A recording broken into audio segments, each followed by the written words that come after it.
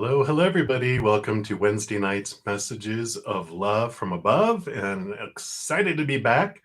I take off Monday and Tuesdays from going live, so I always look forward to Wednesday nights because I miss you guys. So before we get started into the actual readings, I do want to send love out to the world. So if you would like to join me in doing that, whether you're watching live or on replay, we can meet outside of space and time and multiply that love out to the world. So I'm going to take a big deep breath and just come back to right here, right now.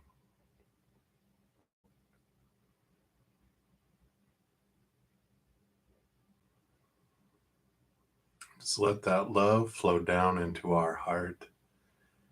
Fill us up and expand out into the world, overflow out into the world, touching everyone's heart with love and joy and peace and gratitude. All of that beautiful energy of what we truly are. Circling the globe, circling the earth in a giant bubble of love, sparking hearts higher and higher in vibration.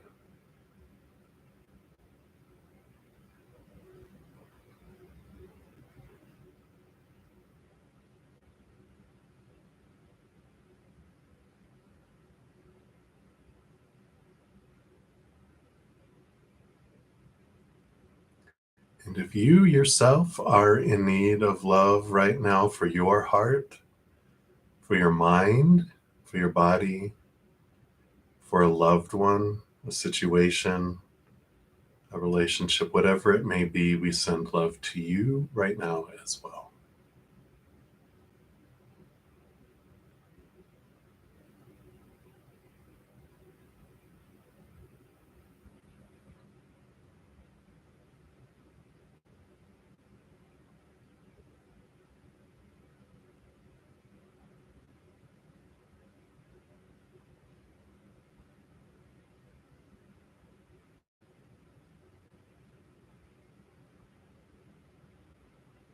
Beautiful, beautiful.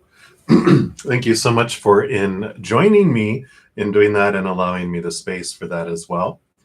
Before we get into the readings, I do like to let everyone know just a couple quick announcements or notifications. I do put out a video every Tuesday announcing the next Monday's drawing. I do give away a personal reading every week and sometimes more because I like to give things away, as most of you guys know that have been around here for a while. Here's the video for next week. Oops. If I click it right, there we go. And I am giving away a 1-hour personal recorded reading. And I also have a little announcement about monthly giveaway regarding the monthly readings for each zodiac sign. So be sure to check that out. Also,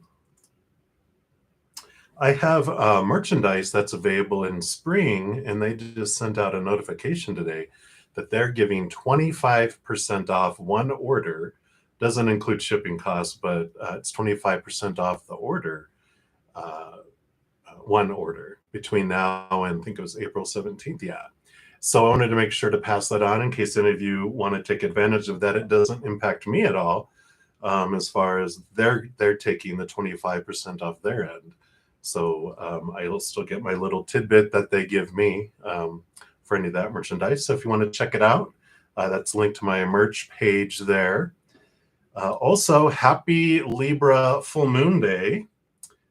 It actually was like late last night, early this morning, but there is a pick a card that I put out here that does talk about how to make the most of full moon energy. And the Libra energy itself is, because we have like a full moon it impacts our emotions, as I'm sure you guys are well aware of. But also, it's a great time for revealing and releasing things. And if you focus on releasing the things that Libra rolls over, like relationships and legal matters, and when it rolls over certain things in the body, all those are listed in the video at the very beginning. So if you want to check that out, and there's also a pick a card on where can you use balance in your relationships. So that was the link for that. And if you have not checked out your April reading yet, can't believe we're almost a week into April. I tell you, time just flies by. Here's the playlist for each of the, it lists all the, by each individual zodiac sign. So you can check those out too. So that's a lot of the free stuff that I offer and give away there. So that is that. And let me just get my desktop all set up here and we will get into the readings. If you are new to my channel or new to these readings, how the free readings work is I do go down the chat, first come, first serve. There's no special list. The chat is the list. You just put your question out there, or if you don't want to put your business out there, you can put general reading. Spirit knows what you're wanting, and that's the most important thing. And then we'll pull cards for that. If anyone makes a donation, I do prioritize and honor that energy exchange, and I step outside of the free readings, complete those, and I do dive a little deeper into those as well. And then I return back to the free readings and just move down the list again where I left off. To make a donation, you can use the super chat down below at the bottom of the chat. YouTube does take about a third of that for administration fees, which is all right. They give all this to us for free, so I gladly donate that to them. But if you want to make a donation another way, I also have Venmo, CashApp, PayPal, and Square.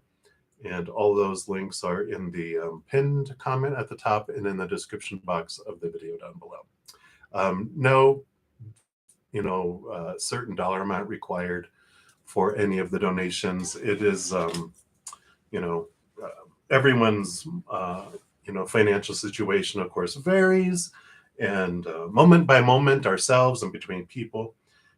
So I just, whatever the donation is perfect, whatever you feel you want to give. So that is the skinny on it all. And we will get started. I am going to be using the Santa Muerta Tarot today. Beautiful, beautiful deck. The skeletons and all that represent like our ancestors and our loved ones on the other side and connecting to spirit. So I really like them. So beautiful, beautiful cards. I do have a couple donations. So we will start off with those first. Christy Okana, thank you so much for your donation. And let me see here. You probably have your question up here.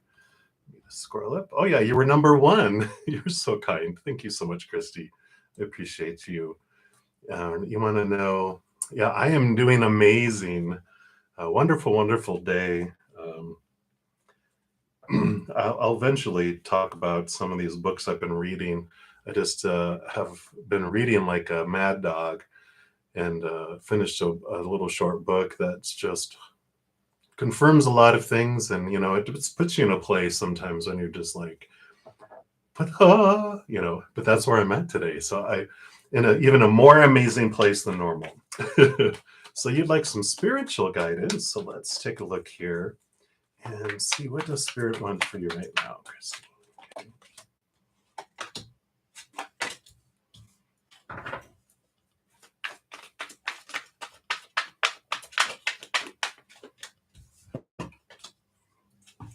All right, anything else here?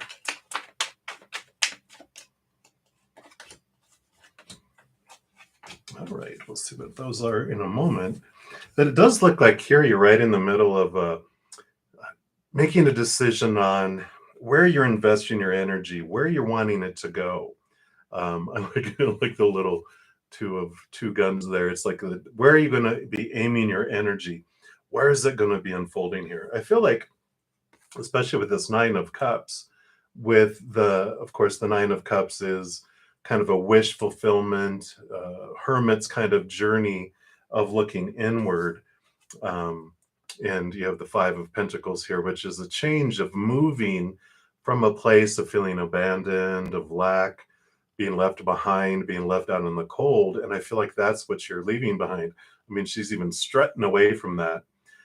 And I like this. I feel like there's this huge energy exchange or change of direction especially because you have the Three of Wands. It's like through that inner journey that you've been doing and moving and focusing on your inner love, it's been slowly leaking to the outside world, right? But I feel like it either has just started to spring forward and really come forward.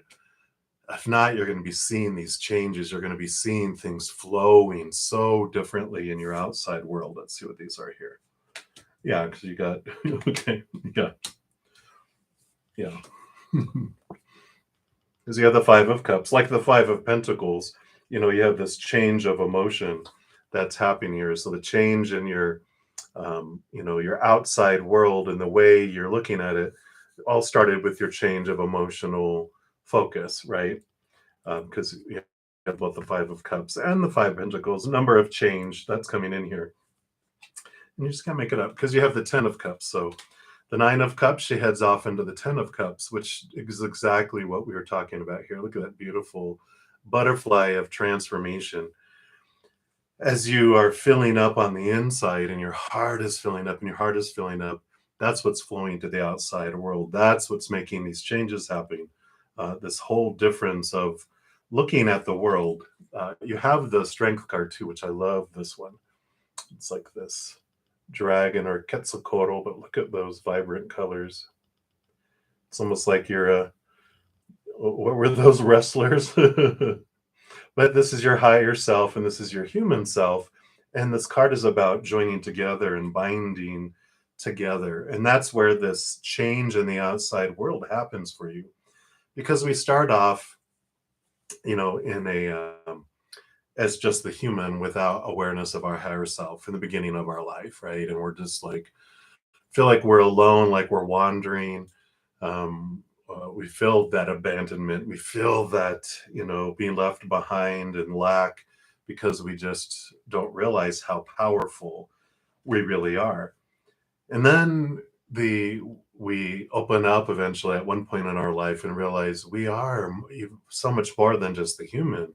We're these powerful, supernatural, eternal spirit beings that are made of unconditional love. And we start to expand and go, wow, look at that on my spiritual side. And then where you're at now with this beautiful transformation with this butterfly is when spirit and our human side join together and they walk hand in hand together, experiencing the world in a completely different way. And this is what is happening with this Five of Pentacles and the Five of Cups, is this transformation. You're not seeing things like they were anymore. The caterpillar has a different view than the butterfly. The butterfly can see things from such a higher perspective and sees the distance, can see, so much distance, both future and backward and everywhere else. And I just really feel like this is a beautiful time here of just joining together with your higher self and your human self. Walk hand in hand together, and it just allows you to release from the outside world, defining yourself by the outside world, because you're defining yourself in a new way. Because caterpillars can't even comprehend uh, defining themselves as something that flies. The first time that first caterpillar went to cocoon, they're going, why are they being so distant? All the other caterpillars are going, wow, how rude. And then they built, they over time, they're like, well, looks like they're trying to get out. Should we help them get out? And they're like, no, let them get out themselves. And here they, these beautiful wings, and they're just like, oh, we want that too. And I feel like that's going to be what's going to be happening. Is some people, of course, in the beginning might think, why are you pulling away? Why are you distancing yourself? Why are you being so independent? And then these beautiful wings come out and they're like, "Ah, I want that too." And I feel like you will begin to help other people understand the cocooning and the necessity of that. So I like that for you, Christy. So many, many blessings to you. Again, thank you so much for your donation. Greatly appreciate it. All right, and I do have another donation that came in here. All right. Hey, Renee, thank you so much for your donation. And I'm not sure if you watched Monday's giveaways, but if you haven't, you may want to check that out. I'm just saying. Well, I am doing well. And let's take a look here and answer your question here. So, how are they currently viewing you or feeling about you? Let's take a look here. What does Spirit want you to know here? All right.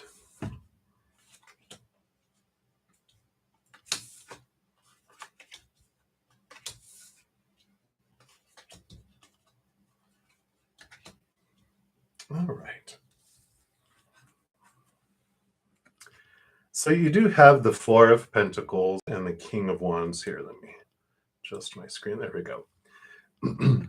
So, it's kind of, I don't know, it's interesting here because the energy I'm feeling here is like not about you. It's like this is how they're viewing. They're like giving you a peek into their life. They're really focused here.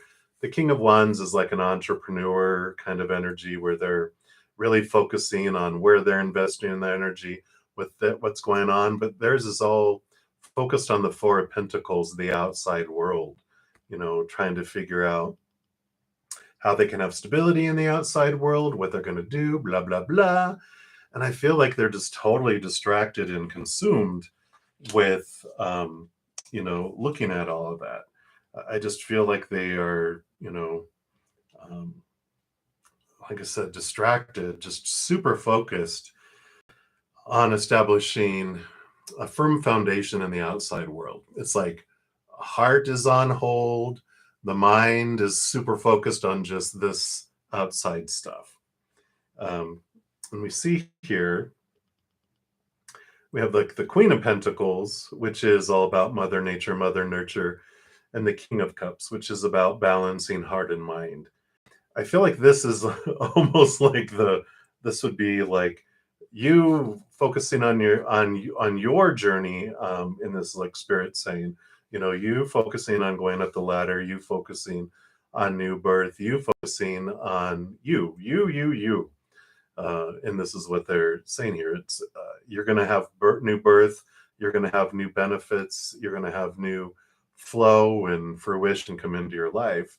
And I just feel like they have this gap in here because these individuals are like what they're working on with their life is balance between heart and mind. This is what their goal is, or what Spirit is, the journey that this person is heading down, because they're so focused on the outside world and their heart is not being allowed to speak. It seems that doesn't fare well for our lives because we might accomplish a lot of stuff up here with the checking off of the list and stuff, but the heart's not happy. The heart feels empty. The heart is pouting, and I feel like that's what they're going through.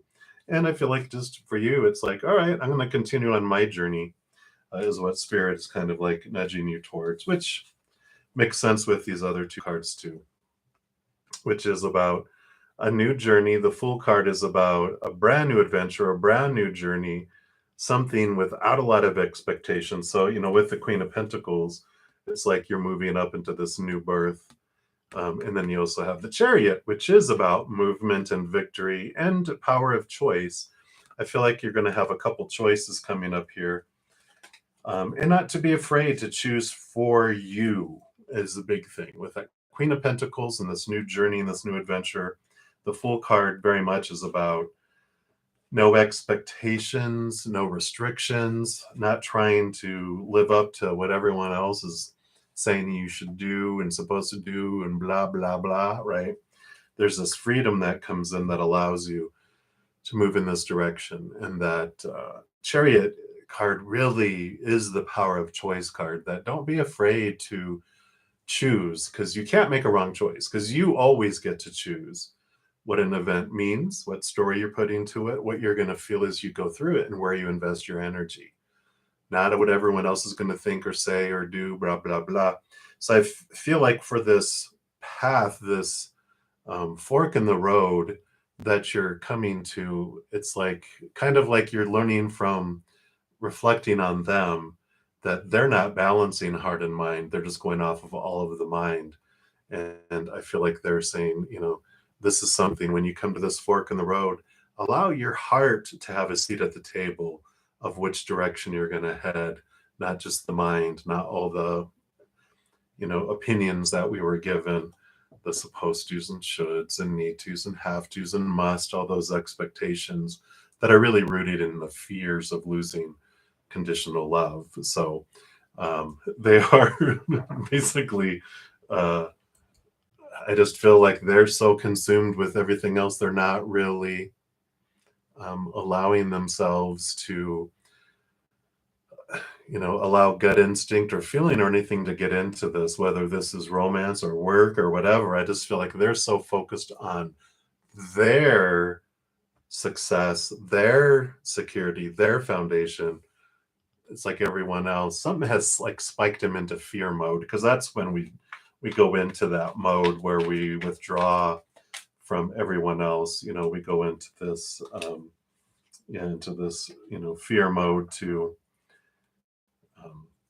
try to feel safe and in control again. And I feel like that's what they're kind of in right now. So that is what they have for you right now, Renee. So many blessings to you. And be sure to check out the winner video, because you were a winner of a 30-minute personal recorded reading. So be sure to check it out. All right. So that is what we have there. So that is all of the donations, I believe. Yes. All right. And so we will go to the number 2 at the top. It was Angel. Oops, let me just, there we go. All right, very good. I had to just make sure my setting was right there. So Angel, how soon will you get approved for an apartment? You're on a waiting list and you currently don't have a home. All right, let's take a look here and see what Spirit has here for you. Yeah. So I see here we've got the 9 of Swords, which is kind of the nightmare insomnia card, and the 7 of Cups, which is kind of an emotional confusion, emotional chaos kind of feel to it. With a 7 and a 9, odd numbers like those really show that there's an obstacle in our way that is there to teach us a lesson, or to help us release things. If you think about like a 7, there's 3 on each side, which is normally, a 6 is a very smooth moving card, but a 7 is like a big boulder is put right in the middle of the stream that you can't get around, and it blocks the flow. And so there is this flow here that they're wanting you to look at. The 9 swords are our thoughts, our beliefs, our mindsets, our expectations. And the 9 of Swords, that's why it's called insomnia or nightmares, because we have so much on our mind that we're trying to achieve, expectations we're trying to make, and there's all this fear around what are people thinking, and what if I can't find this or accomplish this or do this or whatever. So there's a lot of this bubbling up of things for us to look at, because when we are focused, our energy is focused on our fears, we're feeding them, we're expanding them, and they're growing. So I feel like with your question, they're saying when we change our energy from focusing on what's missing, like I don't have a home, I'm homeless. If I focus my energy on what's in my life that I don't want, or, usually if like I focus on something, I feel like something, I'm fearing something's going to leave my life, my energy will repel it out of my life. If I fear something's going to come into my life, we pull it into our life. So how do we change that? What can we do with this block that's there? Well, we can consciously change the stories and the emotions, which Swords and Cups is what this is talking about. I change the story that I have in my head. Every moment is a choice of fear of losing conditional love or of unconditional love. Neither is right, neither is wrong. They just bring different results, right? Fear makes us feel restricted, powerless, limited, and we get to feel all those numb emotions related to fear. When we focus on unconditional love in the higher realms, then we get to feel that powerfulness, this expansiveness. We focus on gratitude for what is in our life. We focus in on what we want to draw in, and especially we focus in on unconditional love and joy and happiness and peace. All of that grows and expands instead. So there is this opportunity to look and go, okay, what story am I putting in this moment right now? Is it of fear or is it of love and gratitude? And then I'm like, okay, let me switch the story to love and gratitude. Start focus on what you are grateful for. And I know it's difficult. We're taught so much like, if I don't have a home, it means something bad. Now, there's a lot of people that live out in the woods and jungles all across the world, just, wherever we're living. Oh, we have to have this, right? It's like, no, you know, so I can change my thoughts and make them of gratitude. Emotions, I can start having gratitude and love and joy flow from my heart. And then, that's all that energy is changing that. So, you know, with these changes, I mean, with 7 to 9, that's like the weeks. I feel like 7 to 9 weeks, if you change your power where you're investing it, then it'll be between that period of time that you will be in your new place. Um, and there's a bunch of other stuff that will unfold between now and then, but um, with free readings, we just keep it down to that for right now. So, but just trust and have gratitude, and that transforms your energy. So that's what they have for you, Angel. Hang in there. Much love to you. I know this is a beautiful, beautiful time of change for you. So I like that.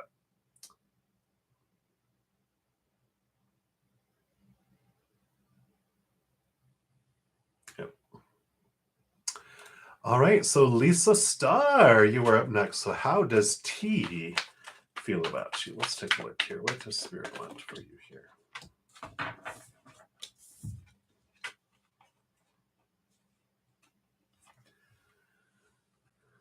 So we've got the Five of Wands here, and the Five of Wands is like this conflicting. You can see here, it's like this flammable period here with the matches, and the match is lit right next to the matchbox. It is a time, Wands is our drive, our ambition, our passion, our inspiration. So they definitely have this passionate feeling here, and I feel like it's always, I don't know why I feel like it's not volatile, not like in a, an abusive sense or a fearful type of thing, but I just feel like they're always, they feel like a fire sign. They feel like a fiery fire pan fire sign, which, we have different ranges of energies within each, element anyway. But when you're on the lower vibration of a fire sign, you explode, you explode with passion and lust and desire, but then you also bust out when you're upset, and you bust out and you cry, and it's like and I feel like is that's like how they feel. Like, it depends on the moment with them. Like, one moment you can feel like, wow, they really are into me, and the next moment you're going like, oh my god, what's wrong with them? And then you're like, why are they crying? It's just like, it depends on the moment, right? How they feel about you. They definitely have feelings for you.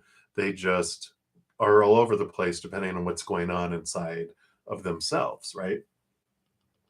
And you have the Ten of Pentacles here, which the Ten of Pentacles, it's the outside world. I feel like with the energy coming in here, I almost feel like with the Ten of Pentacles, it can mean abundance and overflowing, woohoo, and all that. But I really feel like for this, it's a transformation that's coming here, an ending and a new beginning in the outside world. And I kind of feel like that this is going to happen for you, because I feel like with their um, emotional, I don't want to say instability, that sounds judgmental. I just want to say emotional roller coaster that they're on, that it just gets tiring. It just, you deserve to have a balanced, predictable-ish. I don't want to be too predictable. I know that's boring, but you're like, just a little predictability would be nice, because I feel like at any moment you're just like, you have to be hyper aware of what they're feeling, because you kind of, I feel like you have to walk around on eggshells, because just like, it's just worth it not to have them freak out and get upset. But you deserve more than that. And I feel like this is what Spirit is doing, is putting an end to the interaction so that you can move forward into something that's more in alignment, with your heart, and something more that you deserve, something more in alignment with who you are. So that is what they have for you right now, Lisa Star. Ty Hart, you're up next. Like 3 months from now, what's going to happen between you and your husband? Okay, let's take a look here. I don't feel like there's like any kind of fated event, because when we talk about timing and future stuff, there's fated events that we're going to experience, that we asked to experience before we came down here. And we've got like this, events throughout our life that are fated. And even though the fated events, we still get to decide what it means, and uh, what emotion we want to feel as we go through it, and all that. It's like an improv kind of show, where there's a theme and what we're going to go through, but we're the ones that put the twist to it, right? So we have fated events. I don't feel like there's a fated event in 3 months from now, but outside of fated events, our energy, what we focus on, is what grows and expands. And so our future a lot controls what is going to be happening, right? Whatever I focus on is what grows and expands. And I feel like, I haven't seen the cards yet, but whatever this is based on right now, keeping your energy where it is right now, if this is what will unfold. Okay. Wow, they wanted to go into detail there. Well, yeah. So you have the Magician, which is all about what you focus on is what grows and expands. It's the master manifester. So wherever you are pointing your magic wand is what grows and expands. If we focus on our fears, if we fear something will leave our life, we will repel it out of our life. If we fear something will come in, we'll draw it in. If we are focusing on stuff, stuff that's going on that we don't like, it grows and expands. If I focus on what I'm feeling missing, more missingness will happen. And what the Magician card says is, when we have the power in our hand to switch where we're investing our energy, and if we focus in on what we're grateful for and what we do want to draw in, and all the unconditional love, then that stuff grows instead. There's not a right or a wrong choice. There's just different outcomes for what we do. So that is coming in. That's exactly what we were talking about. Yeah. And the Two of Swords. You have two paths. You get to choose what happens and unfolds by your thoughts. The Two of Swords. Swords are your thoughts, your beliefs, your mindsets. And so it's saying you get to choose. What do you want to focus on? You're not at the whim of the universe, of going, what are you going to do to me now? It's like, no, what do you want to happen? You're the one that is able to use your energy to focus on what you do want to have come in, or to focus on fears. And so I love this, that they're both so much of it's up to you. It's like, well, wait a minute, but what's going to happen to me? Oh, totally up to you. Whatever you focus your energy on is what was going to happen, what's going to expand. And I like that. I like that the power is in your hands, right? Not the outside world. But you get to choose what unfolds in the third month, by whatever you focus on between now and then, because there's no fated event during that time. You're the one that's guiding the energy. What you're going to experience depends on what you focus on. So I like that for you, Ty Hart. So that's what they have for right now. I know. I just wanted to know what it was, not all that, right? So many blessings to you. Hang in there. All right. So New Love, you'll be the next free reading, but I do have a donation. Thank you so much, Patty, for your donation. You want to know, is your constant feeling of worthlessness self-inflicted or as a result of your upbringing? How do you heal from this limitation? Okay. Let's see, what does Spirit want you to know here?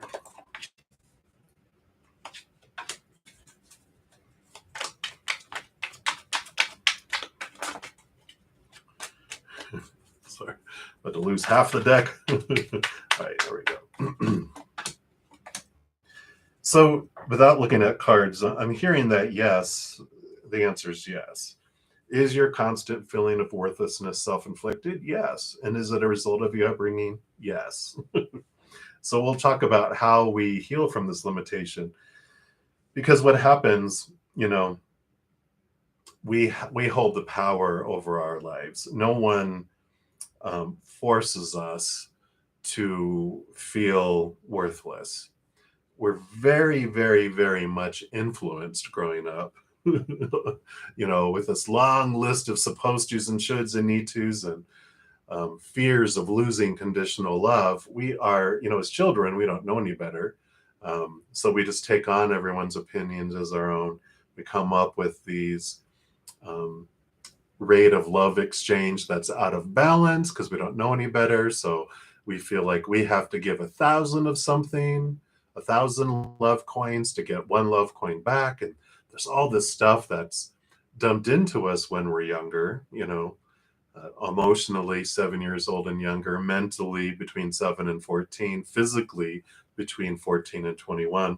We go through this growth stage and we're being poured all this stuff into us. And so that's where the upbringing influences us. But then we step into our power. And then this is where the self-inflictedness is, well, technically we chose it since we were very young, but it's like a child getting behind the wheel of a car, right? Well, technically they're the ones that drove the car off the road, but who let them behind the wheel of the car, right? But now, we're at a place where we can change all of this. The power is within us. It's always been with us, but now we realize I'm the one that gets to decide. I'm the one that gets to make the transition and the change here. And yeah, let me just take a look at your cards here. Okay. Yep. Okay. Yeah. So here's all those mental emotions, the 8 of Cups, all these cups of emotions that we have that were filled up when we were younger. And this is deciding what emotions we're going to leave behind that no longer serve us and that we get to move forward. We do that through the hermit's journey. The hermit steps away from all the chaos, spends time with themselves so that they can step out of fear, can step out of, the fight or flight mode, and where we can find peace and we can be guided with with spirit in everyone, which here we have the 3 of Cups, which represents your spiritual posse. You are not in this journey alone, this movement of limitation, moving from fear to unconditional love is your journey, because fear is where the limitation comes in, right? When we're in fear, it is limiting, it is blinding, it is bounding, and then we're able to make the switch and move towards unconditional love, which is powerful, limitless, and there's this change. Well, the 3 of Cups represents, it's a special cup, a special card between spirit, where it means your guardian angels and your spirit guides and your loved ones on the other side and ancestors, if I didn't say them already, and leprechauns and unicorns and fairies, whatever we believe those beings of unconditional love and light are, they are surrounding us all the time. We have such a multitude of souls that are around each and every one of us. Even though there's billions of people on this planet, every one of us has a multitude of these beings around us, because there's an endless number of souls over there, and they're all supporting us and loving us and helping us with our transformation, experiencing the journey of moving from fear to unconditional love, limitedness to limitlessness, powerlessness to powerfulness, and feeling that movement. And I like that, because you do have the yeah. Because here's the movement. I was like, here's the Six of Swords, which is a change of a mindset, a change of the way we look at things, moving from old ways of thinking to new ways of thinking, from choppy waters to calmer waters. So this does show that you're changing your mindsets, you are changing your way you're looking at things. And the power of choice is where it really comes in here. Because when we realize and we step into this, again, another movement card. So it definitely is, spirit telling you you are moving, you have been moving in directions, even though it doesn't feel like sometimes that you've moved very far. If you look back a year ago, 2 years ago, 5 years ago, you'll see how much you've changed and how much progression you've made. But the chariot card is also about, what we've been talking about here already quite a bit in this session, because it is such a big piece of our power. Some people call it free will, but it's power of choice. Every single moment I get to choose what something means, how I feel, and what energy I'm investing. And when we're talking about our upbringing, our upbringing does have something to do with it, right? Because when we're younger, we're children, we don't know any better.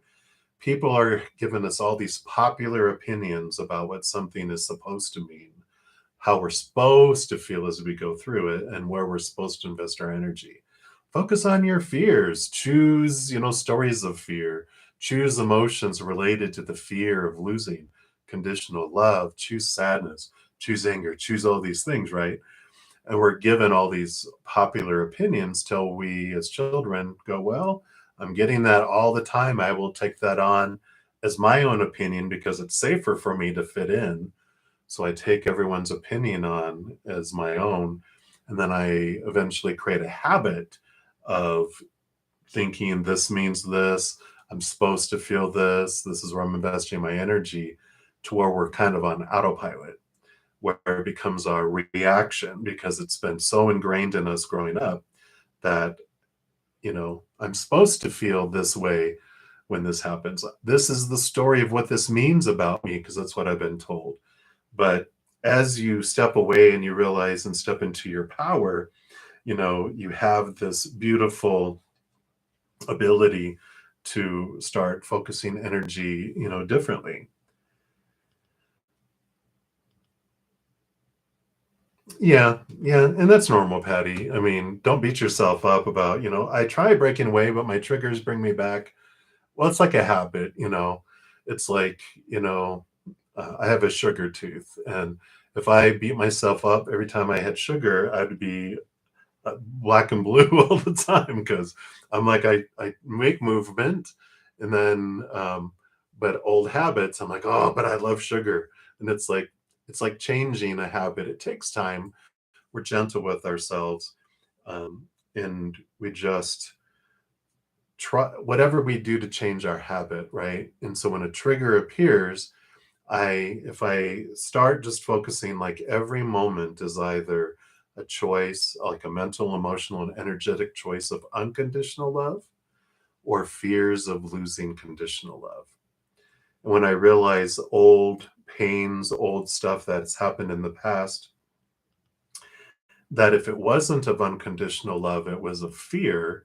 So when other people said or did something, then if it wasn't of unconditional love, which if it's painful, then it was a fear. It wasn't of unconditional love.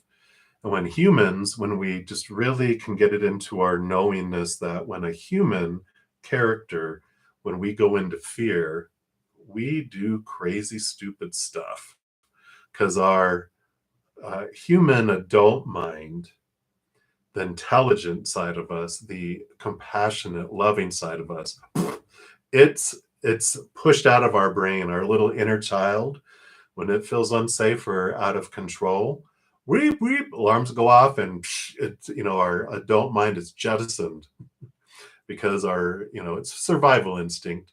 It doesn't want us standing around thinking while something attacks us. It wants us reacting. And so when we can go back and look at painful events after the fact, when we're triggering, we're gone. Our little 2-year-old is in charge, or I call it my cat mind. My cat mind goes in, it hisses and attacks, or it hisses and runs away, or attacks then runs away. So when I'm in that mode, I'm not going to make intelligent decisions and choices. I'm going to go into reaction mode, the old ways of doing things. But after the fact, when I'm calmed down, I can go back and look at the trigger and go, okay, what was triggering me? Why does that scare me? Well, because I've been told that means something about me. But if I go back and look at it and realize it wasn't of unconditional love, then their actions and their words were of fear. Their little 2-year-old was in charge. That person was feeling out of control and scared and was doing whatever they felt they needed to do, most likely unintelligent and unloving and without compassion. They were doing things to try to feel safe again. And when I realized that, and I realized, oh, I probably was in fear too. So my little 2-year-old, or there was a cat fight going on, right? Or they were acting crazy, like a hissing, and I ran, to protect myself. And then we realize, okay, you know what? When I look at a situation, their actions and their words, nothing to do with me. It's like when you swim out to rescue someone that's drowning. It's a great example because when someone's panicking, their arms are flailing. They might go hit you upside your head and grab you and drag you under the water. And you're like, why are they trying to beat me and trying to kill me? And then we get them back to shore, and you can see when they calm down, the animal in their eyes goes away, and the adult, compassionate person returns, and they're like, oh, hey, thank you, and I'm sorry I hit you, I'm sorry that I tried drowning you. And we see, oh, okay. So their actions were not about me. Their actions were about them and their fear and their panic. And we start to look at the situation differently, the memory. We start looking at them differently. We start looking at ourselves differently. And within that process of transforming these painful memories to something more loving towards ourselves, especially, it's like we make this choice of stop being a vessel of pain because of someone else's actions or words. We pour all that pain out into the light, and then we're this empty vessel that can be filled up with unconditional love instead. So there's this transformation that happens with those, and that can help, with that movement of from that, one way to another.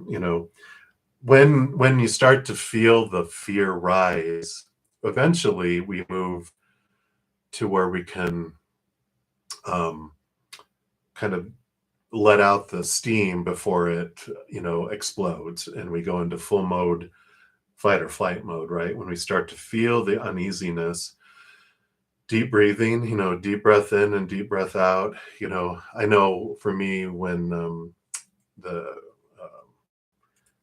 if my heart starts to feel like someone's grabbing it, I'm like, oh, my spidey sense is going off. My little inner child's going, I'm getting scared. And I'm like, take a deep breath. Let me let some of that steam out. What am I fearing? Is it real fear or is it emotional fear? And then, we eventually can calm down while we're going through it.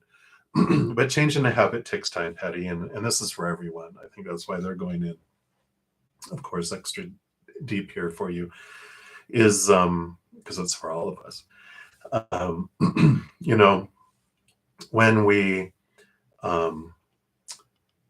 with fear, we can, it's like a changing of a habit is where I was going. And it's like, Usually it's like after the fact, after we're calmed down, like that panicked person that was drowning. After the fact, they're on the shore going, I tried to drown you again, didn't I? Sorry. We realize, oh, I was in fear and I said some things and did some things that I'm like, oh. But then, it was like a year later, I realized it. And then 6 months later, I realized it. And then 4 months, and then 1 month. And then I realized it right after it happened. I realized that while it's happening, I still do it. And then I realized that while it's happening, and I'm able to stop it some of the times. And then I'm able to stop it while I'm in it. And then sometimes I'm able to recognize it before it happens, and it's steps. It's this transformation that happens. Yeah. So there is this, constant um, focus of changing the habit, realizing that you are the one that's in charge. You have the power of choice. And something else that helped me is putting an alarm on my phone that went off every hour. It was vibrating, so it didn't annoy everyone at work or anything like that. But I had it go off every waking hour. And it was just a reminder to come back to love. And so, because I would be drawn back out into my fear, but it would draw me, I would make a conscious effort and it would bring it back to love. And then I'd be drawn back out into fear and my alarm would go off. Oh, that's right, back to love. And that's how we change habits, right? Is um, conscious change of where we're investing our energy and our power. So, when we're look at what we're saying, look at what we're thinking, look at what we're doing, write it down, consciously change where we're changing our energy, because when I focus on my pain is going to grow. When I'm focusing on my fear, my fear is going to grow. If I'm focusing on what's in my life that I don't want, it's going to grow. That's how powerful we are. And so when we're focusing on what's wrong, and that, if I'm saying, oh, I'm never going to be able to change this, you're right. You're powerful that way, right? We all are. What do they say? It's like, whether what does it say? Something like, I'm going to win. I'm going to win, or I'm going to lose, and I'm always right because I'm the one that makes it happen. I'm the one that gets to change my energy. And I love the powerfulness that comes in because we move from feeling like we're a victim of life, where life was happening to us, or that like we're on this out of control drama train that's about to explode, because it's going to fly off the tracks and explode in a gorge because it's out of control. It's like we realize that so much of our life, it's on a monorail train, like at Disney World, that's attached to the tracks. It can't fly off and it has its perfect stops. And I'm the one that's creating the story and the emotion around what I'm going through. Um, and it's empowering. That's where we move from the limitation and feeling this way, and we step into our power. And I know we've been taught so much of our life, so much, about how powerless we are, and everything in the outside world defines you. We find out it's been lies, all lies, shenanigans. I'm the one that gets to choose, and you're the one that gets to choose for you. And then it's like, okay, here it comes. So I like that, Patty. So hang in there, be gentle with yourself. Just know it's a changing of a habit. It's neither right nor neither wrong. They just feel differently. And obviously, you're sick and tired of feeling sick and tired in the way that you have been. And so you're like, I'm done. I'm going to choose something more kinder for myself and something more powerful for myself because I can. And then if you, like you said, with those, especially with the alarms, that helps out. So very good. I'm so glad, Patty. And let me know if you have any questions. I mean, trust me, I have not been this wonderful Zen person, and I'm not 100% of the time either yet. You can ask my my host and my friends. We're like, oh, we all get drawn out into the drama of the outside world occasionally, We just forgive. We allow ourselves to move. And there's nothing to forgive. We just go, oh, yeah, that's right. That's how that feels. It's like using a dating app. That's what I usually refer with my friends. You need every once in a while you just need to go on a dating app to remember why you're not on a dating app. All right. But that's what they have. Many blessings to you, Patty, and much love to you. Hang in there. All right. I think that was there. Yeah. All right. So we left off with new love. So new love, you want to know what's coming in love for you in April. You're not with anyone now. All right. Let's take a look here.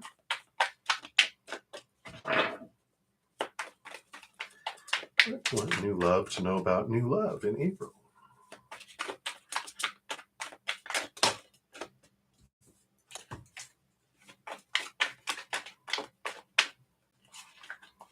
All right. Let's see what this is about here. All right. Well, you have like the Seven of Cups here. Seven of Cups is like, can be emotional confusion or emotional chaos, but I really, with these other cards here, you've got Santa Muerta herself, which is the death and rebirth card, and the Ace of Wands, which is new birth, new passion. That's coming in here too. So I feel like with the combination of all these three, it's like you're figuring out here. I mean, let me see if I can get it to not be so dark. See how they're like shopping? It's like, what love do I want? Ace of Cups would be new love. What love do I want? I almost feel like they're like going, well, I don't know. I don't know. What about this one? What's this one like? What's this? I feel like this is a month of you really looking at your emotional choices, like what do I want from love and what don't I want from love? Like you're picking up a box of ingredients and going, well, I like that it has, this percentage of my vitamin A, but look at all that salt or that sugar content. No, not for me. What about this one? And I feel like this is the month where you're really figuring out if you could have a wish of a love, what would it be and why? And I feel like you're figuring that out and you're whittling through your choices of what you do want and what you don't want. And then you're putting your energy toward it. And this is a new spark of passion. I feel like it's a new spark of hope and clarity as you're realizing, looking back what you experienced that you don't want, what your heart truly wants, your high heart, getting out of your mind about all the supposed to's and shoulds and need to's. And you're really getting this clarity that you haven't had before. And I really like it. And I feel like you're, during this month of April, I feel like you're really seeing people in relationships and going, well, I like that, but oh my God, no, not that. And like, yeah, it's just like you're figuring things out. And I like it for you. So that's what they have for you, new love. So many blessings to you. I like it. All right. All right. I do have another donation coming out here. All right. Undercover. Let's take a look here.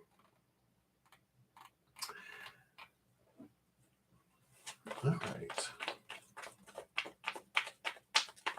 Okay. Yeah, let's take a look here. Let's see why did that happen there? Okay, yeah, that's what I figured. Oh wow, crazy.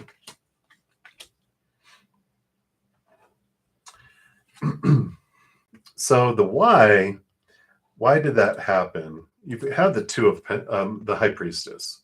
High Priestess, all about psychic abilities, connection to the spirit world. You're really, I feel like you have been, moving in the spiritual realm more and more. And, this is your path. You picked up on, felt it, their higher self let you know that it's happening. And it just has like this energy coming through. And I mean, look at this. It's like they knew this was going to happen. And so this is what they were bringing in for you here. It's almost like they were preparing you and letting you know that one, I feel like they were letting you know this so that you could see just how connected you are to the spirit world. When you like for proof for you to go, I'm trying to say this in ways, but you know what I'm saying, right? Where their higher self wanted to help you prove to yourself how the spirit world is, and that they will always go on, and then they let you know this beforehand so that it's allowing you to kind of have this mesh between spirit world and the upper world. Because you've got the Three of Pentacles here too, which is about being true to your authentic self and realizing, not worrying about what other people will think or whatever, but really standing in this confidence and this security in who you are, to where you can stand, um, you know, solidly on the inside, I just feel. And the Ten of Wands. I mean, here's um, transformation, energetic transformation, which is both for you and for them. But there's this beautiful, knowing that no one ever ends. We just transform, when we look at ending of things, ending of life, human life, or whatever in our lives, it does, we're allowed to move and, to see it as a transformation, that we never end. We just step out of these rental car bodies and the energy returns and changes to something else on this plane, but our true self goes on, and I love all this coming in here for you. But I just feel like that's what it was all about, was, you know, um, for that. Yeah, and even says hope and reflexion on here. So I like that. As far as like how they, felt about you in the human world, which I kind of feel like they're just like, oh, that character I was playing, very complex character. I keep on coming back to this one with the Seven of Swords, because the Seven of Swords, is this, um, you know, just this conflicting type of energy that comes with it here.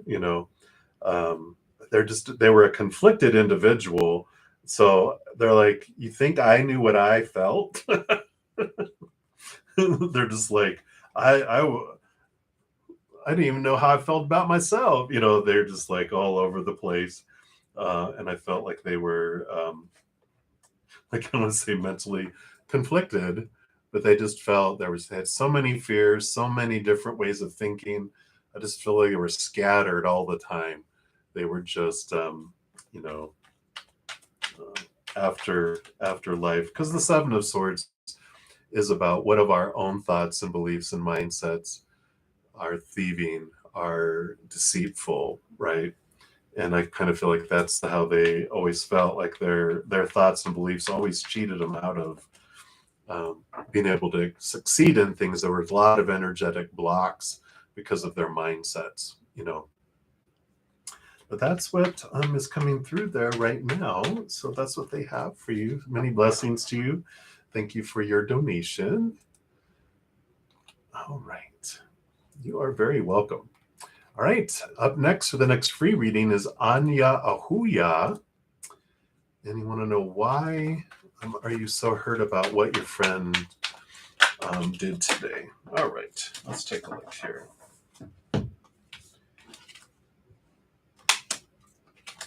Okay, well, that makes sense. That makes sense. So you got two sets of cards. The first card, where hurt comes from, is our expectations. When we, that's why I have like a little thing that I used to write down. Expectations equal disappointment.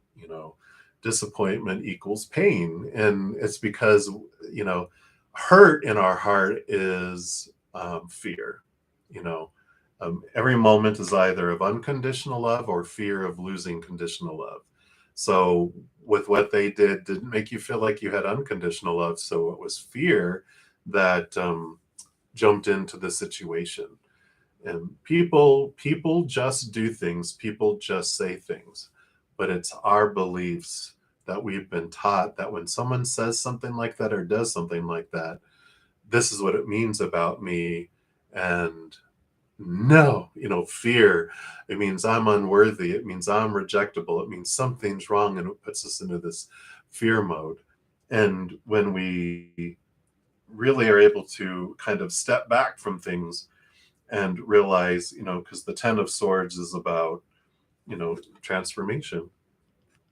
It's about leaving behind, cutting away the fears of losing conditional love, and freeing ourselves, being free of it, where, what people's actions, what people say or do or whatever, it's tells us about what they're going through. Because if they're doing something unloving, unintelligent, most likely they're in fear or they're feeling uncomfortable. If I'm doing something that's unintelligent or something that um, is unloving, then chances are I'm in fear, and my emotions happen within me. So with whatever they did, the reason it hurt is because there's this belief somewhere inside of you that it means something about you, and you can reflect on that, because as the Ten of Swords shows that you're ready to let go of that expectation. What does it mean when someone does that? Nothing about me. That just means that something about them. What I feel inside of me is what I get to look at, because those are my emotions to own. Their actions and their words, not my responsibility. My choice of reacting or responding to those actions is what I'm responsible for. And you have the Page of Pentacles, which means new opportunity opening up in the outside world. So the upper reason why is because you wanted to have this opportunity to have this mirror in your face so that you could let this go, so you don't have to hold on past pains that you've incurred because of these beliefs, and you won't have future pain based on these beliefs, because you're going to be able to release those. And I see that you are able to release them, because you've got the World card, which is the ending of old cycles, letting go of old ways of thinking, and you step off into new beginnings. And Ace of Wands, new spark, new adventure that comes in here, free of expectations. Because the World card, what happens after that is the Fool card starts back over at zero, with zero expectations, with zero rules, and you have more freedom that comes from it. So that's why it hurt, because there's a fear that pricked your heart. When you realize, what was I fearing in that moment? You're like, oh, I know what it is. And I don't need to fear that. You step into your power, you release these trigger, and then it won't impact you in the future either. And it'll actually help you even look back at past pain and go, I was hurt by this before, and I didn't need to be, because I get to choose, right? We step into that power. So that is what they have for you, Anya Huya. So many blessings to you. We'll continue moving on down the list here. And Felicia, hey, Felicia Feng, good to see you. Yes, and thank you for hitting the like button and my beautiful reminder. I appreciate that. I get so caught up into the readings, I just forget to thank you guys so much for all the thumbs up that you give the video. It does help spread the Zen love, and it helps, you be a part of the love tsunami that we send out to the world. So big thank you for all of that. I know it feels like a small thing, but it's free. All it takes is a little tap, and then boom, it just helps out. So I appreciate all of you for doing that. And Felicia, let's take a look here. Will you get the job interview in May? All right, let's take a look here. All right, a bunch of cards, but that one is the one for you there. All right, so will you get the interview? Yeah, the Fool card. I was just talking about the Fool card. a new beginning, a new adventure unfolds. And so not only do you get the interview, but you do get the job offer. In fact, I feel like you get two offers here with the Two of Wands. It's like you get to choose which path you want to go on. And it's like, which one do I want? So I like that for you because there's a choice to be made energetically on which direction you want to head. But you definitely do get the job interview, you get the job offer, and you get two offers. So I like it. I like it. And of course, you get to choose which one you want to head in there. I don't feel like either one is more or less than the other. They're just say follow your heart because whatever makes your heart sing will make you want to wake up in the morning and go and enjoy the job. So that is what they have for you, Felicia. Thank you, thank you, thank you. All right, very good. All right, so always victory. You are up next. Hello. So messages from Spirit about what can you focus on? Yeah, for this full moon energy, right? So be sure to check out that pick a card reading as well. It's about, relationships, friendships. Yeah. So you have the King of Wands here and the Seven of Cups. And I feel like here, what Spirit is saying that you can focus on with this full moon energy here is selecting. It's like picking out which relationships and friendships you want to keep and which ones you want to let go. In fact, I think that was one of the pick a card options. I think it was it number one? I'm not sure. But I feel like there is this energy of you choosing who stays and who goes. This energy here is recognizing what friendships and relationships no longer serve. And I really like the pointing. That one goes. This, that one goes. This one stays. That one, and it's all the selection process here. So I really feel like there is this kind of spring cleaning of friendships and relationships. Those that feel like you're investing in a black hole, which is not a good investment. With light, it just disappears. It doesn't go anywhere or do anything. And there's other places that you can invest that energy that will be so much more beneficial. It's like when you're trying to help someone and they don't want to be helped. Like they're asking for help all the time, but they're not wanting to change. And so you're just constantly giving, and you're like, oh, I'm a crutch for you. You're not wanting to get better. You're just wanting to lean on me. And there's this, I know it's tough, but it's some switching of some friendships and relationships, even some family. So that's what's coming through there. I would definitely check out that pick a card for the full moon alert one from today, because I feel like that there's some clarity in there for you too. So that's what they have for you. Always victory. Many blessings to you. Esther E., you are up. Let me just take a quick sip here.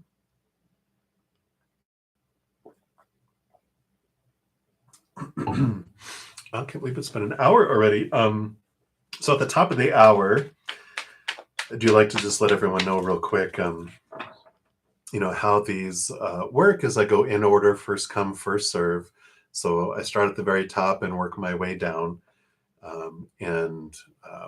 There's no special list. The chat is the list. If anyone wants me to prioritize their reading, I do honor donations and honor that energy exchange and prioritize the reading and dive deeper into those. And then I return to the free readings and I try to get through as many as I can within 2 hours. But if you do want to make sure that I do that and dive deeper, donations are what make that happen.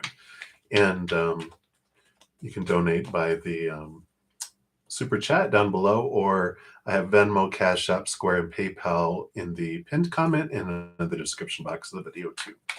So that is how that works. No certain dollar amount. Whatever you donate, I honor, because everyone's, of course, income level differs by person and even within our lives, right? All right, Esther. So back to you. What month this year will be your favorite month? Oh, okay. Wow. So you've got the Page of Wands and the King of Swords. So the Page of Wands, pages would be like a number 11 in a deck, right? Um, so I feel like November is going to be like one of your favorite months here, and I feel like the reason why it's going to be your favorite month, you do have this, Page of Wands is like a new passion, new drive, new energy, new ambitions. And the King of Swords is the ruler over air, and all the kings are given a second portion of air. So a lot about transformation and change of mindsets and thinking and expectations. I just feel like this year, um, you just been working on overcoming fears and releasing things, and it just feels like November just uh, is a month where you're able to have some time of reflection, where you look back over this year and you're going like, wow, when I look at who I was and where I was in January, and look, it's 10 months later, and look how much I've transformed. And I just feel like that's this, with these energies coming in here, that's what they have for you. So there you go, Esther. Many blessings to you. Enjoy the process and the journey, though. Don't try to rush to November. All right. So up next, we've got Spiritual Gifts Diva. And you want to know what is coming towards you. All right. Wow. Boom. 2 cards came flying out. Well, I like it. You have endings and new beginnings coming here reflected in both of these. This is the Death card, the death and the rebirth. But here you are, the transformation, So you definitely have a transformation that's happening. 10 of Cups is a beautiful card, though. It's about overflowing, where you have this beautiful flow of love from within you that fills you up and overflows out to the outside world. So I feel this transformation that you're going through, this connection that you're gaining moment by moment by moment as you expand your connection to the spirit world, is this beautiful transformation that happens. I mean, um, look at that beautiful, beautiful card that comes in here. So I do like that for you. So I feel like you knew that coming, but it just, moment by moment, the journey, the transformation that's happening, exiting the cocoon as a beautiful butterfly is where you're headed for. And that's what's coming towards you. So I like it, Diva. Many blessings to you. All right. Vidi Jalan, hello, hello. So what message does your higher self have for you? Let's take a look here.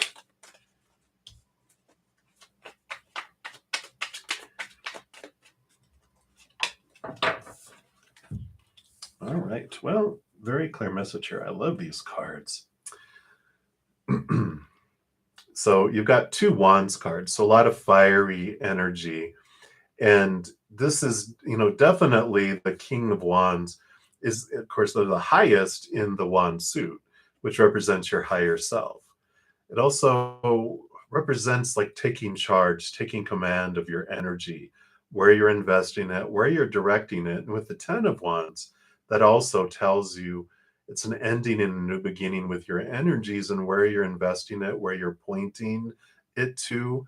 And it's almost like this, again, another transformative type of energy, but it's kind of like you're realizing what I want to say projects, but what areas of your life you've been investing all of your energy, and where you're like, okay, now I've been investing energy in all these areas. And in the beginning, it made sense that I was investing my energy in these 10 areas. But this one's done.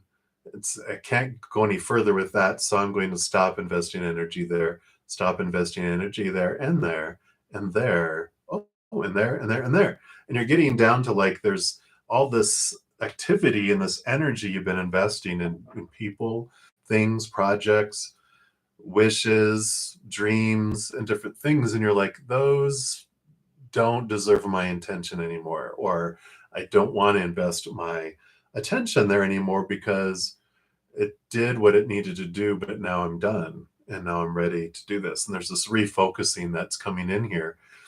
The King of Wands does represent your higher self as well, because it's the highest spiritual energy we can witness. And so that is your higher self, bringing that message for you there as well. So that's what they have for you, VD, right now. Many blessings to you. All right. Queen Bay, you are up next.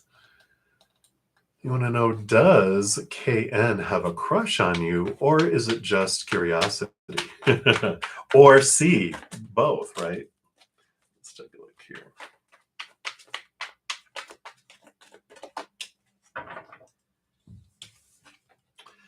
I feel like right now it's curiosity here, because with the Ace of Pentacles, it's about something new in the outside world that attracts our attention, right? And so it's like, what is that? What is it? And I like it. The Eight of Pentacles, it's a good start. I mean, that's where, things happen. That's how we trap a rabbit. We put a carrot and it gets curious, and then the box traps them. I'm just kidding. I don't know why they were showing me that. But the Eight of Pentacles does show things progress. Things do move in the outside world. So I feel like with the curiosity, it's a good start, and enjoy that. Enjoy the movement in the outside world, because it does show that there is this, progression that happens with that. So I feel like right now it's curiosity, but I don't feel like it's like crush, like, because that would have been like wands, and I almost like curiosity better than crush attraction, right? Where it's like, I'm attracted to you, but they're not curious about you. They're just like, I like how you look, and you're making me feel all these warm feelings inside. I must feel like I'd rather people be curious about, you're interesting, I just want to know more about you. And I'd be like, oh, okay, I like that. Now I do want the attraction as well, but I don't want it to be, stalker crush energy. So I like it for you, Queen Bing. So enjoy. All right. So Eliza, hello, hello. Current situation of R towards A. You're so funny.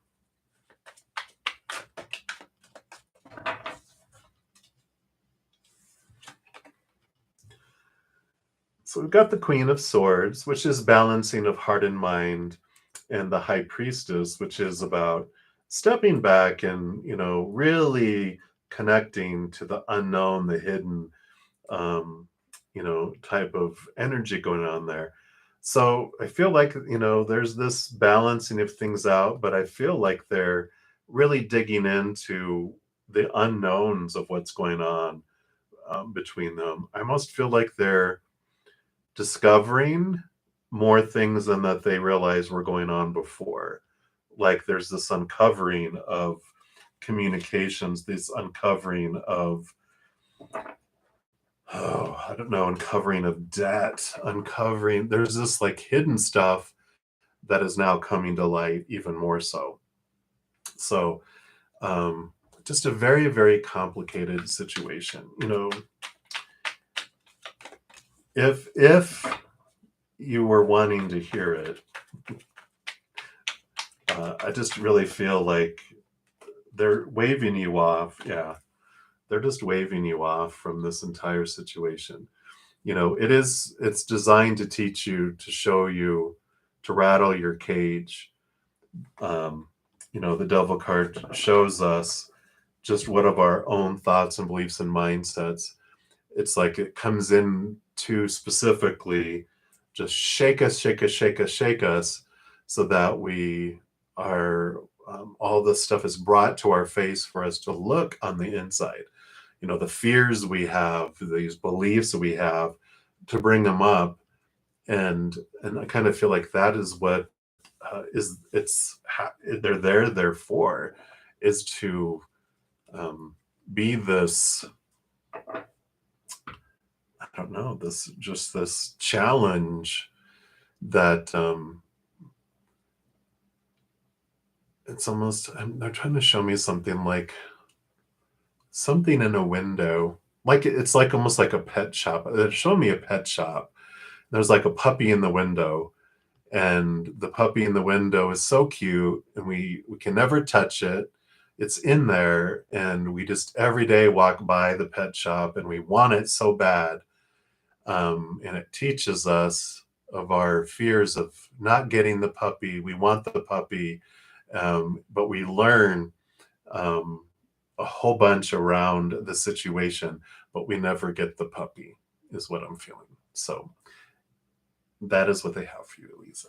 So there you go. All right. So many blessings to you. And lovely, lovey. Hello. What is that? Lovey, lovey. You'd like an energy reading on Salehi? Please, absolutely. Let's take a look here. What does Spirit want you to know? Oh, okay. Oh, 3 and 4 of Pentacles. I feel like their energies here, the 3 of Pentacles really feels like this drawing to themselves. They're just really focusing on trying to be true to who they want to be, their authentic self. And I feel like, that is bringing in these, I feel like it's been sparked by this right here. The 4 of Pentacles, I love how they have this bride dropping someone into this situation here, because the 4 of Pentacles teaches us that the outside world is unstable. And when we define our worth by the outside world, we feel unstable. Whether we define it by relationships or situations or things, we eventually get disappointed enough that we turn inward and upward to find that which is eternal and unconditional. But I feel like they're at this point where they're turning inward, and that's where they're going. The 3 of Pentacles is they are becoming less and less, how do we want to say it, accepting or patient. They're becoming less and less patient with people trying to tell them who they're supposed to be, who they should be, need to be, have to be, must be, whereas they would before and bend their authentic self to try to not get punished and to not lose praise. They really have seen the instability of people's opinions, and they're just getting to this point where they're just less and less patient with people telling them all of that. And so I feel like they're in this mode of really trying to find out and sort through who are they, because feel like they've a lot of their life have tried to be who everyone else wanted them to be.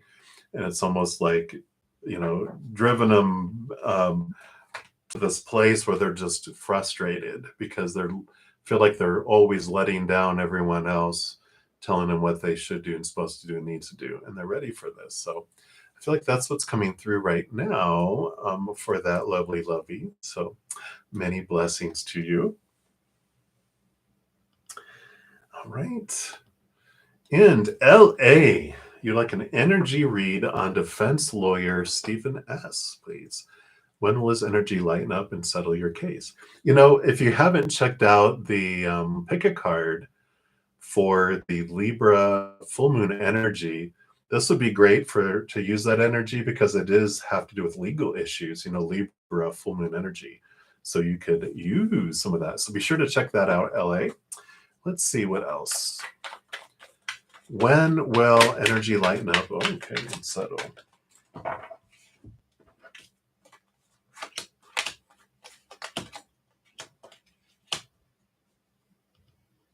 All right.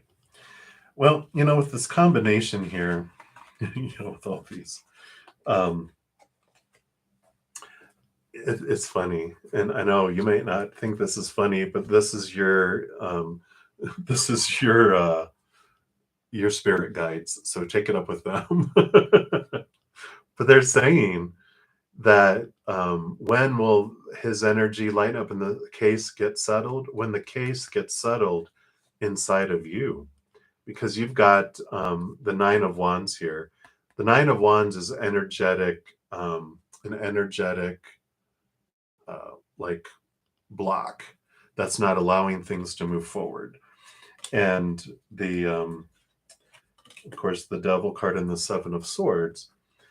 The Devil card is all about, Saturn energy, our shadow, shaking and rattling our beliefs.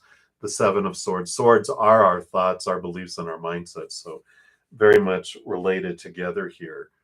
And the Seven of Swords is us. It's like these situations in our life show up as like a mirror to reflect back to us so we can see what of our own thoughts and beliefs and mindsets about our worth, about our love, about ourselves cheat us out of things that deceive us.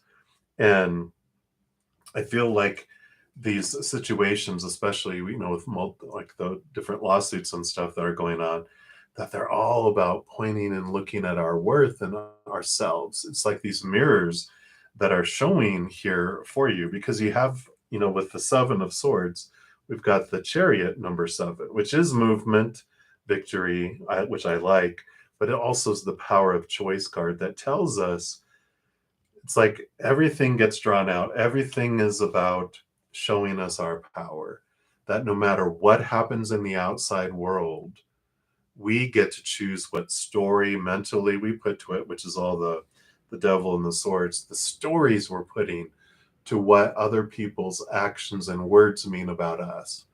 What story are we putting to that? And then we also choose what emotion we want to feel as we go through it and where we invest our energy, knowing that wherever we invest our energy is what grows and expands. So I feel like they're saying here that when will his energy lighten up?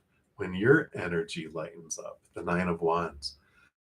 When will the case get settled? When the case gets settled in my mind, in my heart, and my energy.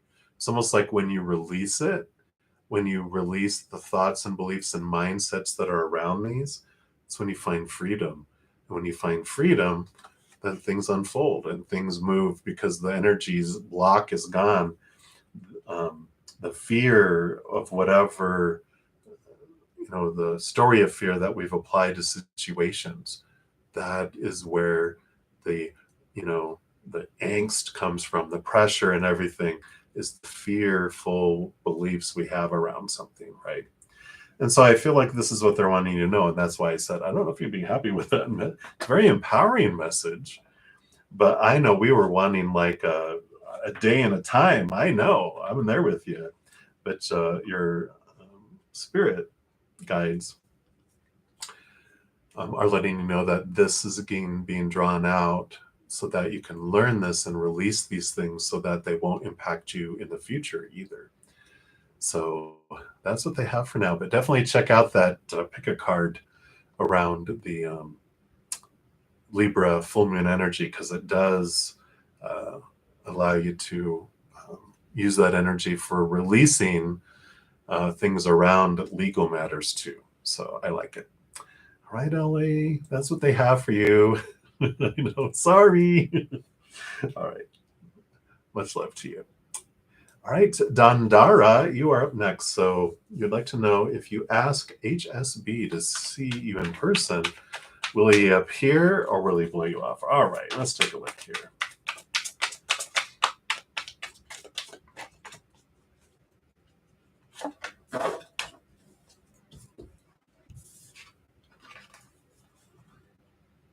Well, you've got the Nine of Cups, which is a wish fulfillment card, and the Fool card, which is a new beginning, a new adventure on here. So if your wish fulfillment is for them to appear, I feel like this is a yes.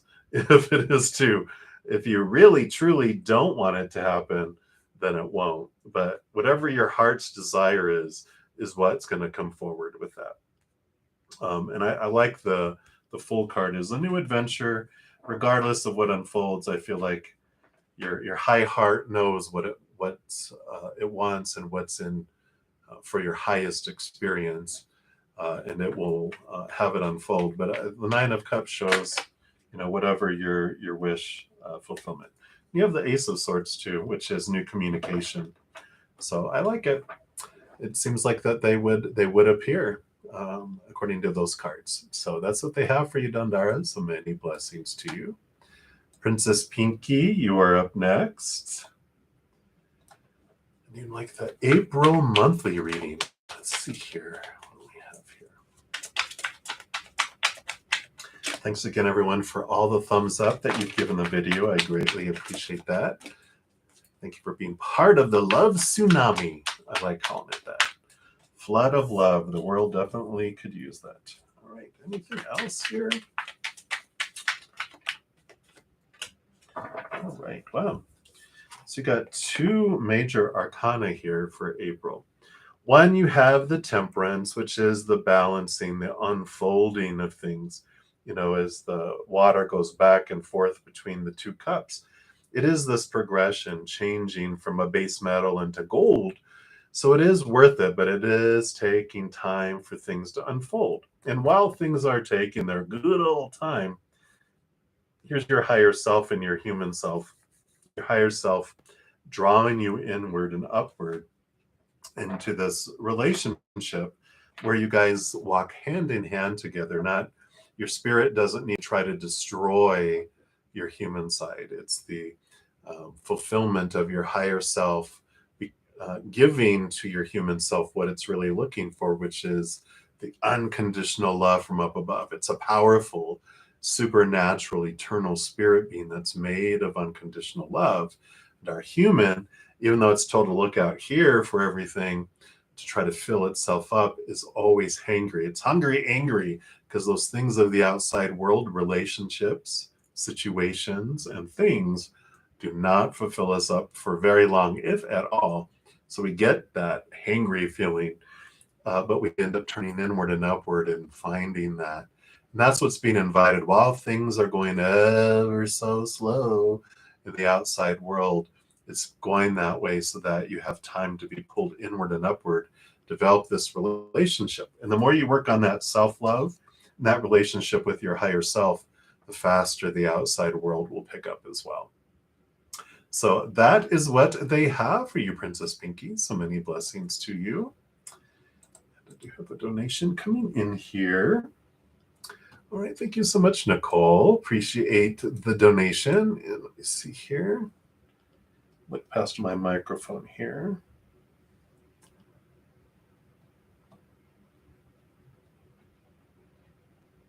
Thought I saw a question from you. Maybe I'm totally missing it. Or maybe I'm just remembering a dream. Or oh, there you are. You'd love another reading regarding health. Okay, very good. So for health readings, I do need to have a disclaimer, of course. Here in the United States, we just have to let everyone know that anything with health or legal or anything along those lines, counseling, psychology, that I'm not a licensed, health practitioner or lawyer or anything like that. That tarot is designed for entertainment purposes only, and everyone has to decide for themselves their decision. So that said, here is what the cards will say regarding health for you, Nicole. And again, thank you for your donation. Greatly appreciate that. All right, let's see what we have here.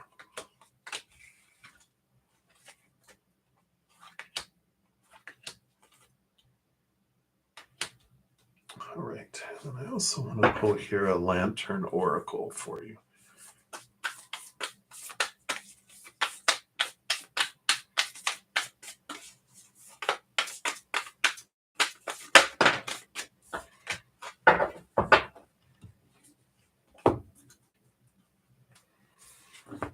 All right. So your oracle here is the Voice, card number 30. What a beautiful card.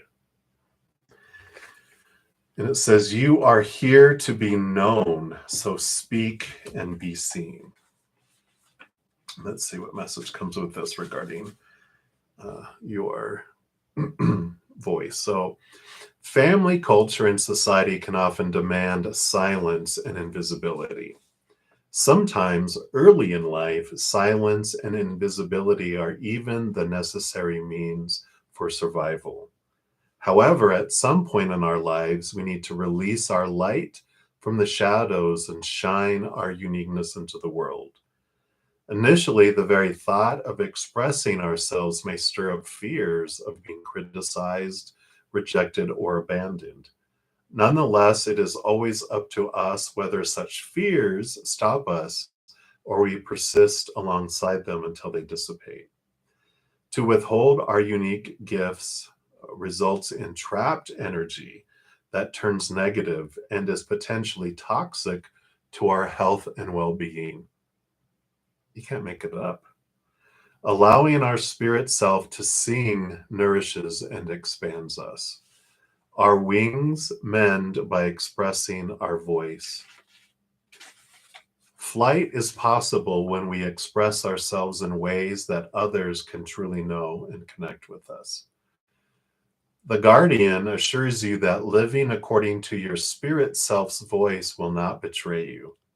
It is you and it has your back, often in ways that are not immediately obvious.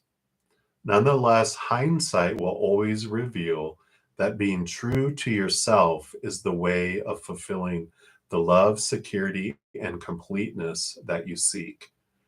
It is a time of tuning into your voice from your heart's center. It may involve tuning out any unsupportive external forces. Much joy can be had in exploring every medium or form that inspires you. Allow your body, your thoughts, and heart to breathe in tune with your spirit self's beat and vitality so miracles and blessings can reach you. You are the only person who can proceed to make you invisible or silent. Once you accept yourself, no one and nothing can have the limiting effects of judgment, criticism, or rejection.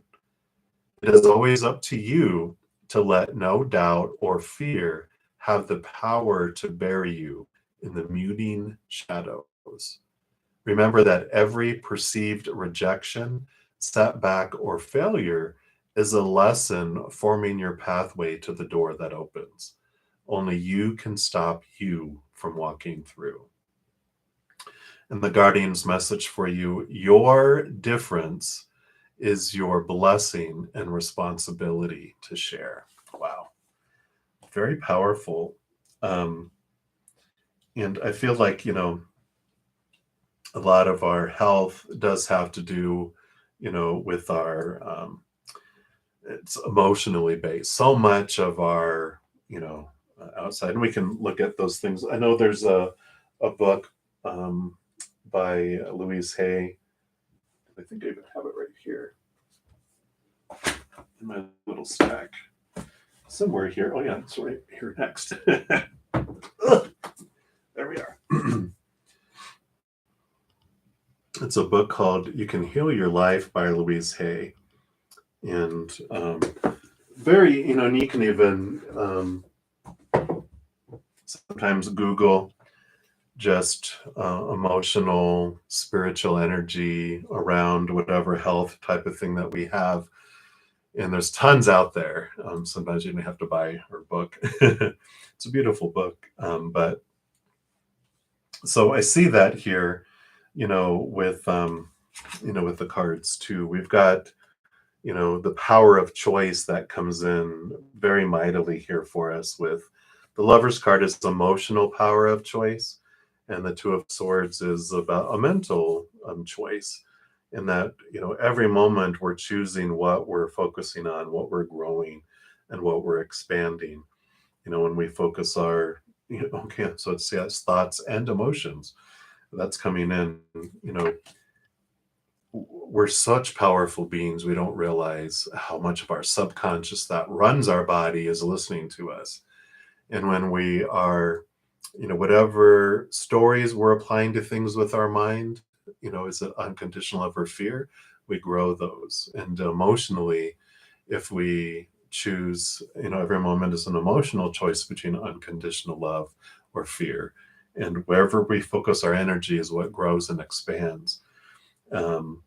So we can move our energy from our fears to gratitude and unconditional love and joy and laughter and peace.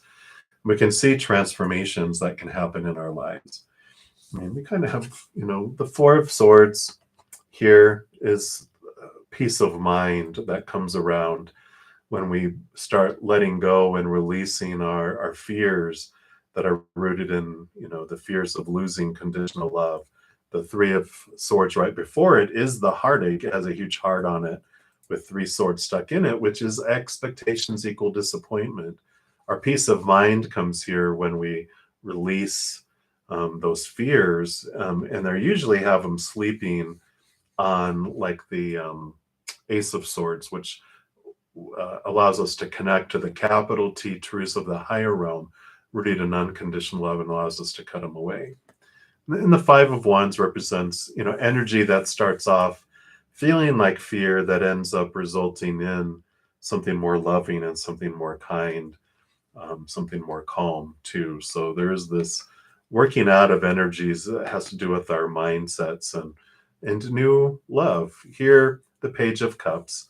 This is the chalice, the Holy Grail here that's full of the unconditional love of up above. And I feel like that's the medicine that we take. It's like the spoon we're scooping from unconditional love, and that's a healing force for you. So with that voice card kicking in there too, it just feels like, if there's some leftover emotional things that happened when we were younger, where we did feel like we couldn't speak up, that we had to stay silent, we had to hide ourselves. Sometimes that's, the core of things where we feel we're not worthy and we feel small and we feel restricted. There's some healing that can happen there that moves throughout our body, and it allows release there as well.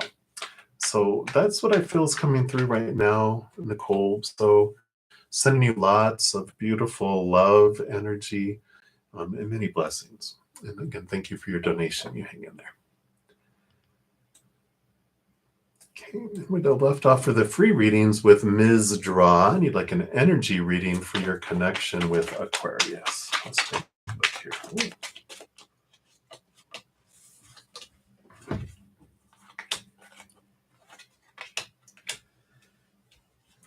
All right. Well, there is the mind, the little air coming in here.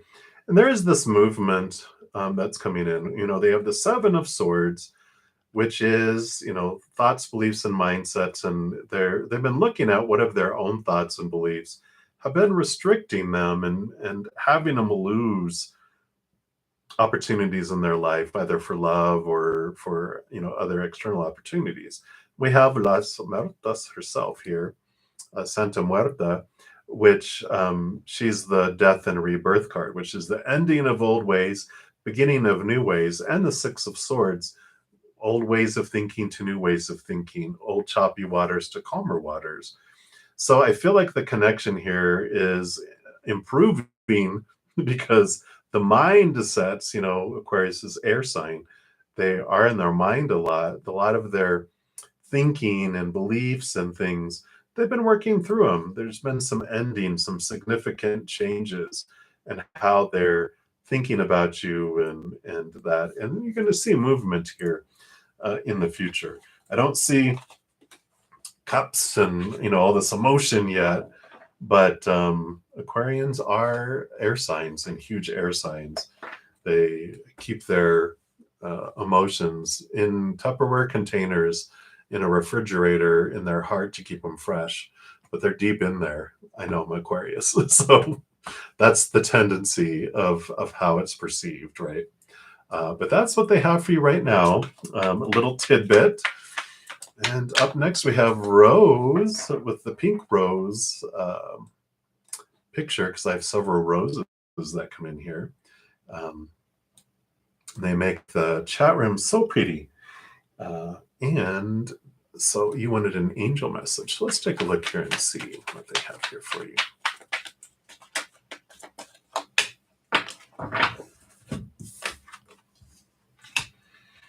I like it. So you're definitely moving into this area here. The devil card is about, the challenging of our thoughts and beliefs and mindsets, and they rattle the cage that we have ourselves in around, pretty much everything in our lives. We're given rules around relationships and jobs and education and our bodies and possessions and money and blah blah blah and blah blah blah.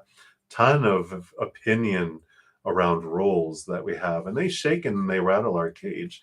And the Fool card is a great card to come with this, because the Fool card is about starting a new journey, starting a new adventure that's free of these rules and expectations, because the Zero is the first card in the major arcana, which is leaving behind old cycles and new ways, restrictions, and starting a new adventure that's free of cage. The butterfly has escaping from the cocoon.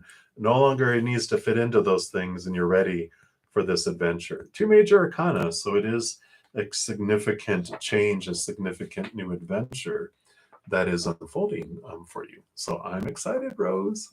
That's what they have for you. Right, Maju, you'd like messages from your Leo or a Leo. Let's see what they have here.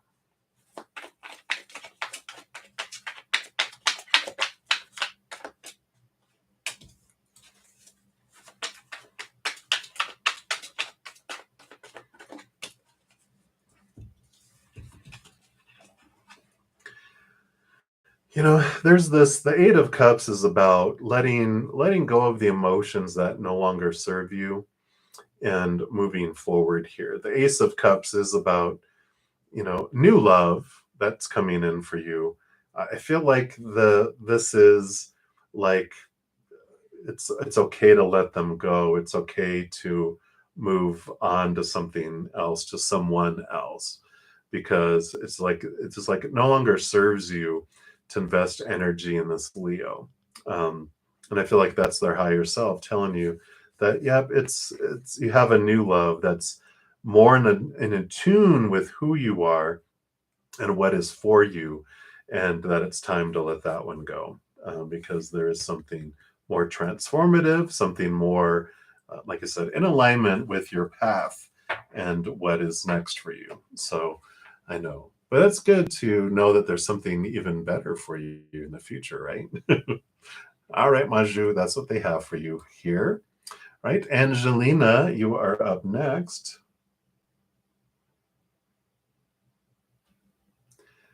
Very good. And Angelina, so who is coming towards you? Let's take a look here.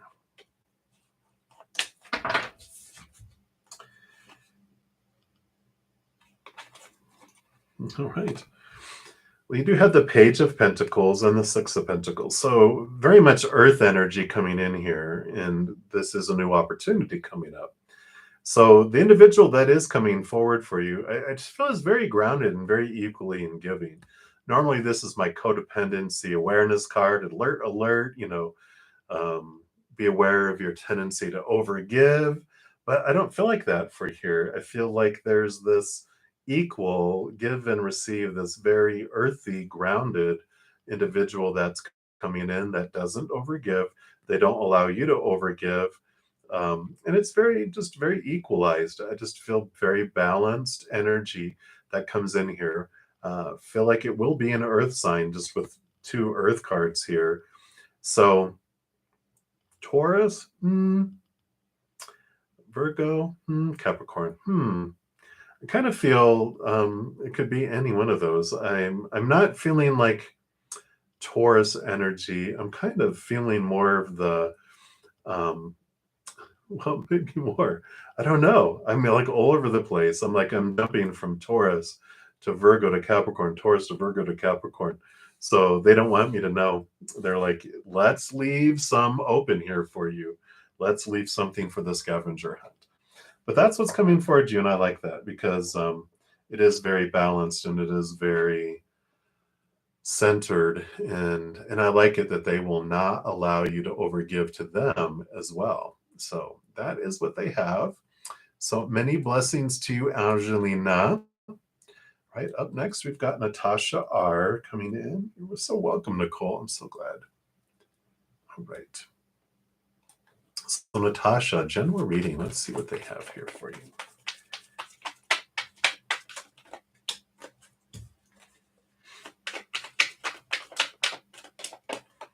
All right.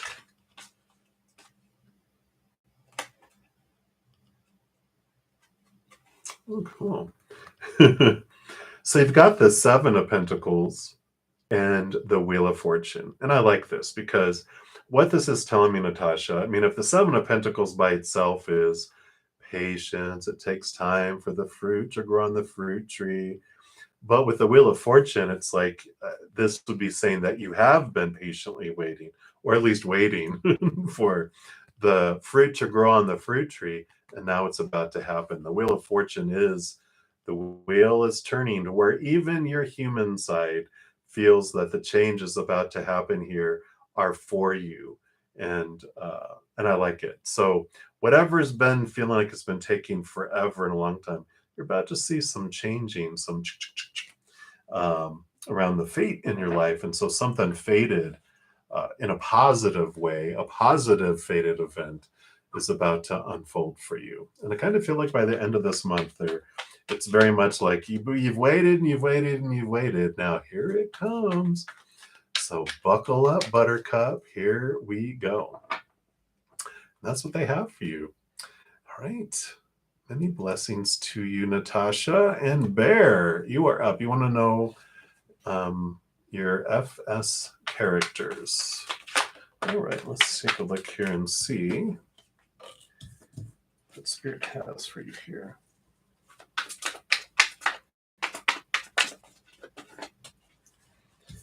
All right. We do have the Ace of Wands, which is a very passionate card. Very excitement, very movement, very much like Aries energy, new birth, movement, go, go, go.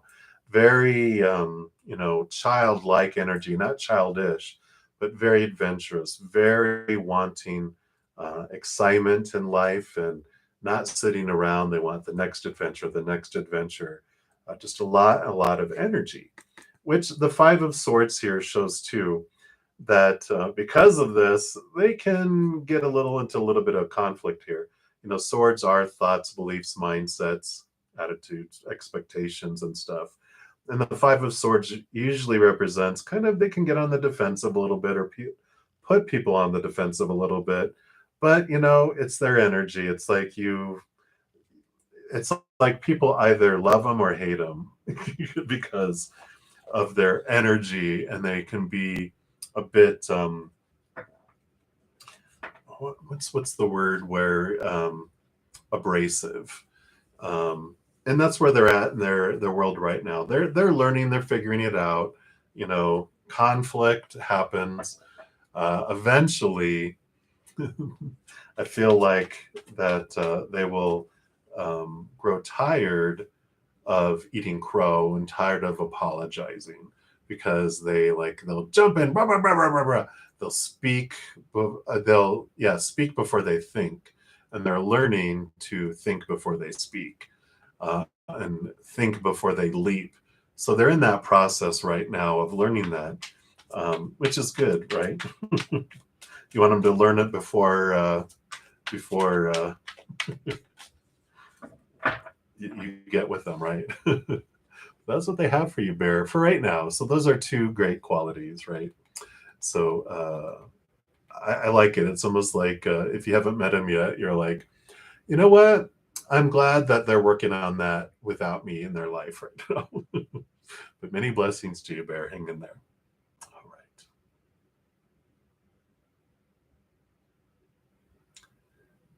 right. Right.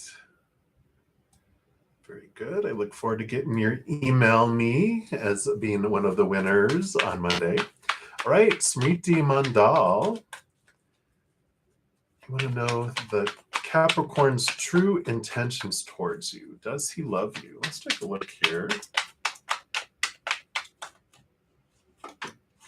Okay, does he love you?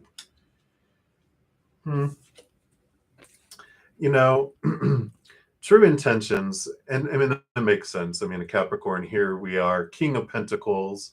Their intentions are, about having things full and organized in their lives. I just feel like, and, do they love you? Well, they love themselves. Strength card is, they're in this inner journey with loving themselves.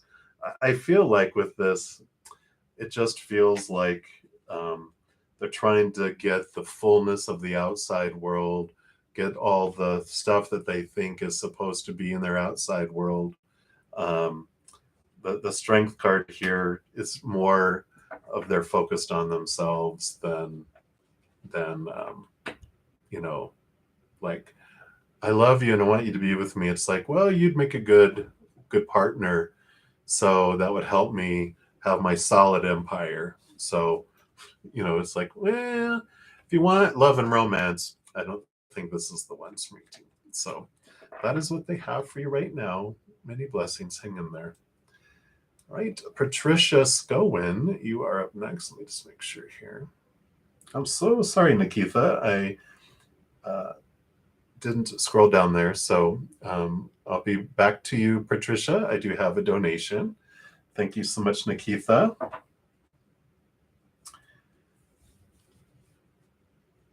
All right. So I had a conversation yesterday with Yogesh and asked him not to contact you ever again. So I'd like to know, what are his feelings for you, and is this the end of the connection? All right. Well, let's take a look here.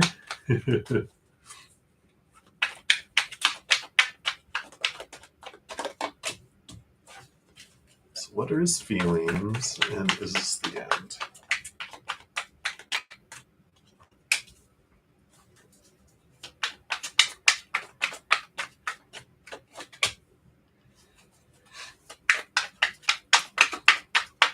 Sorry, just getting some clarification here. Oh my gosh. Yeah.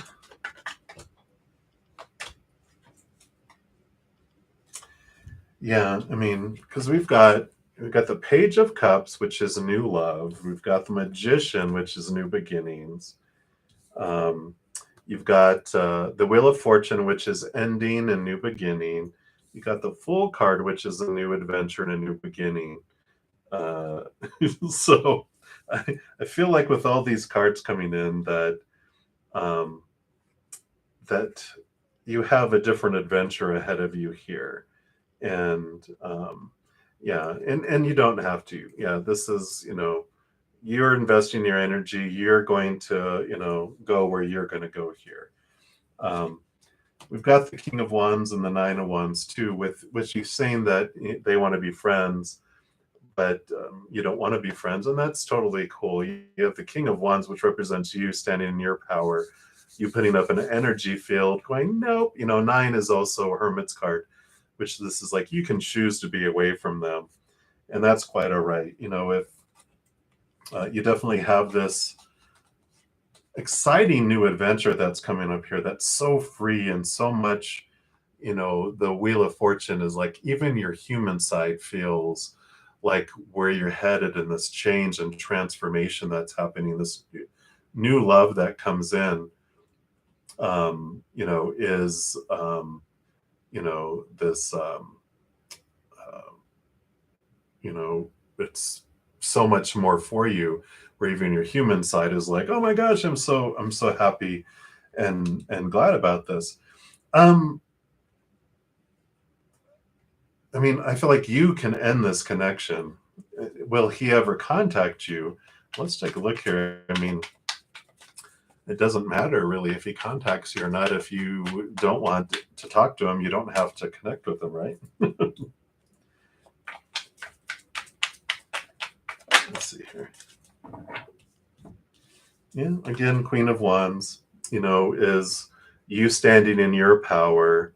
The Six of Pentacles is about you being aware of how you overgive in situations, and that you don't need to give of yourself. You get to stand in your power.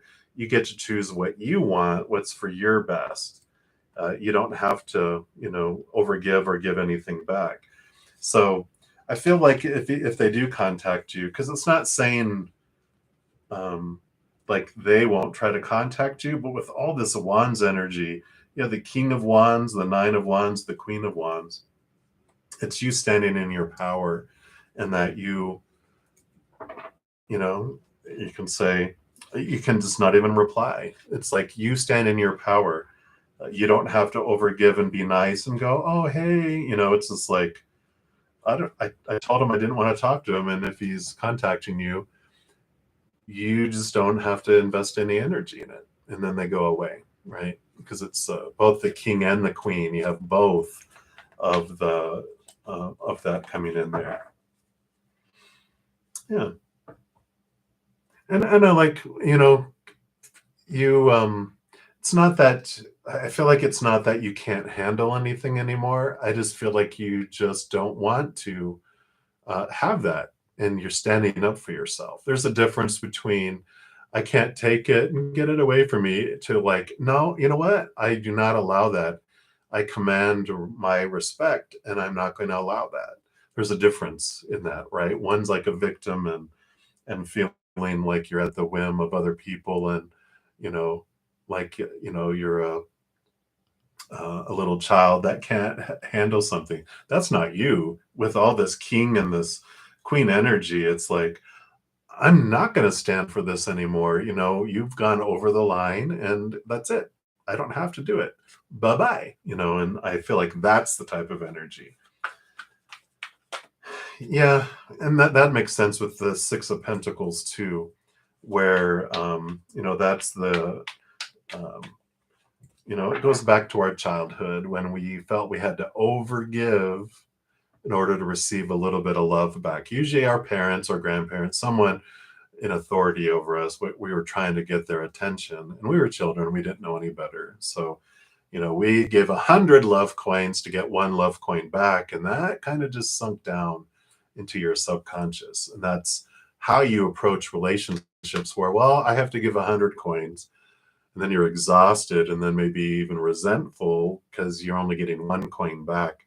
So something you can do while waiting for this wonderful new experience coming your way is just kind of think back to when you were younger, 7 years old and younger generally, and think back, who was it? Generally, parents are the usual suspects, but because they're so busy trying to live life, and if we have siblings, we're all trying to battle for their attention. We have to do big things to get a little return, and that's when we bring it from our subconscious up to our conscious, and go, oh, okay, yeah, it was my parents. Oh, now I remember, I see how it is now. That's what makes me feel like I have to overgive now. It's like this bing, and this little edit button appears. You can click on that. That 1 to 100, or like you said, not even 1 to 1,000, maybe. Then you can go in there and edit and get rid of those zeros to make the love exchange 1 to 1, and then you save that. But bringing it from your subconscious, where it's running without you being aware of it, to your consciousness, you're like, oh, I am no longer going to feel like I have to overgive to deserve to get back. I deserve to be equal giving and receiving. And I feel like that's where you're headed toward. So I like it for you, Nikitha. So you can let this one go, and just work on that while you're waiting for the new connection to come into your life. You haven't met him yet. It's a brand new love interest that's going to come your way, and it's going to be amazing. I like it. Absolutely. And thank you again so much for your donation. I greatly appreciate that, Nikita. Much love to you. Enjoy your adventure. All right, Patricia Scowen, you are up next. So card reading. Okay, so you want to know, is there going to be a house move? Or if there's something else I want you to know. All right, let's take a look here.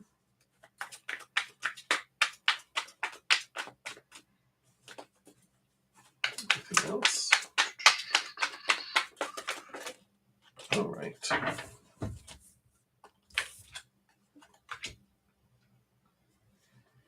Well, you've got the Justice card here, which is there's this balancing that's coming out here.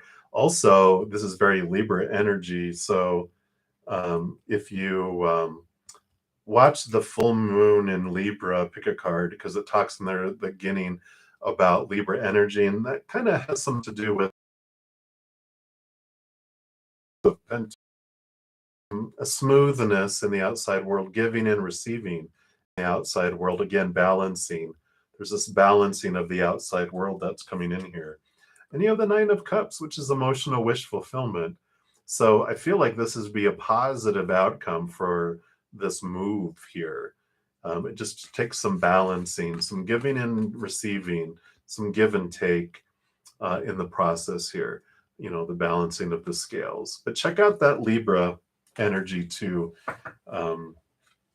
with that pick a card, because I feel like there's an additional message in there for you on how you can use that full moon energy to help with this releasing of some old beliefs or some old restrictions that allow you to move forward too.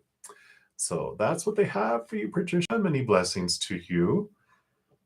And I am to the end of my 2 hours. I've actually gone over a little bit, but I'm going to try to get through as many of you guys as I can. I'm just going to speed up a little bit. They may not be as in depth. I just want to try to get you guys some answers tonight. Morgan the Void, hello. I am doing well. I hope you are doing well as well. I don't see a question there, so you must have just been saying hello. All right. Oh, thank you, Bunny Hop. I appreciate that. All right. So, Strawberry Rose. Message for the full moon. Oh, and as I had just mentioned, there is a full moon reading too. I'll pick a card, so be sure to check that out. Let's see what else they want here for you. Oh, yeah, definitely this full moon energy, especially because this is around relationships. Definitely have the Eight of Cups, which is about leaving behind old emotions that no longer serve you. Yeah, and the Ten of Pentacles too, which is this transformation, this ending in the physical world, a new beginning. So I do feel like with this energy, there is this release of some relationships that don't serve in this movement that allows you to make this transformation in the outside world. So you're able to leave behind some things. But I feel like it's people that you're able to go, you know what? It's like a cocoon. You were good for my cocoon experience, but I'm not going to pack up that cocoon and throw it on my back and flutter around with that. This needs to stay. You know, it showed me what it needed to show me. It allowed me to release what I've needed to release. But that's old caterpillar body juice that I don't need anymore. And I'm ready to leave that behind and move forward. So I like it for you. It's like almost like you're getting permission from your higher self and your soul. It's okay. You can leave those behind. You don't have to take them with you, and you don't have to feel the guilt. You can let it go. All right. And that's what they have for you, Strawberry Rose. So many blessings to you. All right. And Fortuna Barak. Hello. Should you take on your previous work? All right, let's take a look here.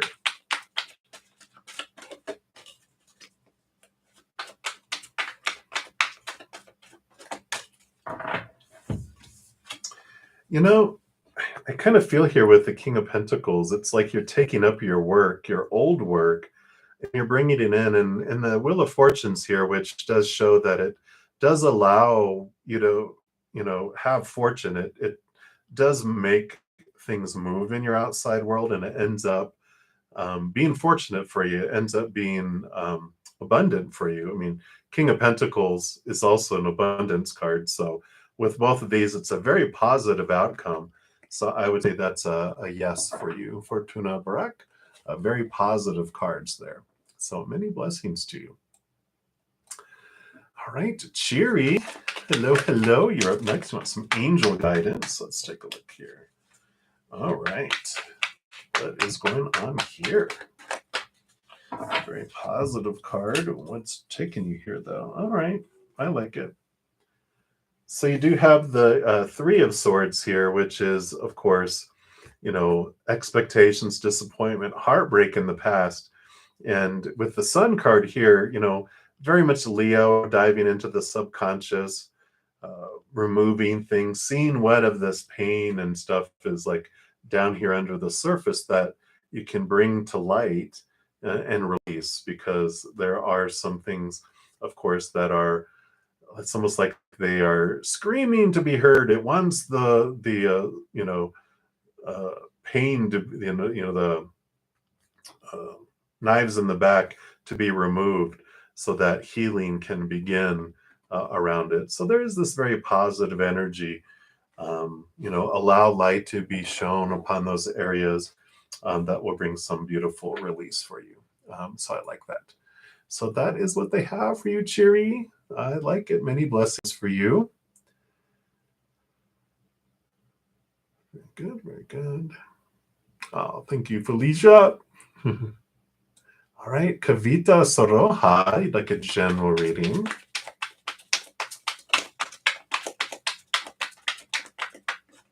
All right. Let's see what else here.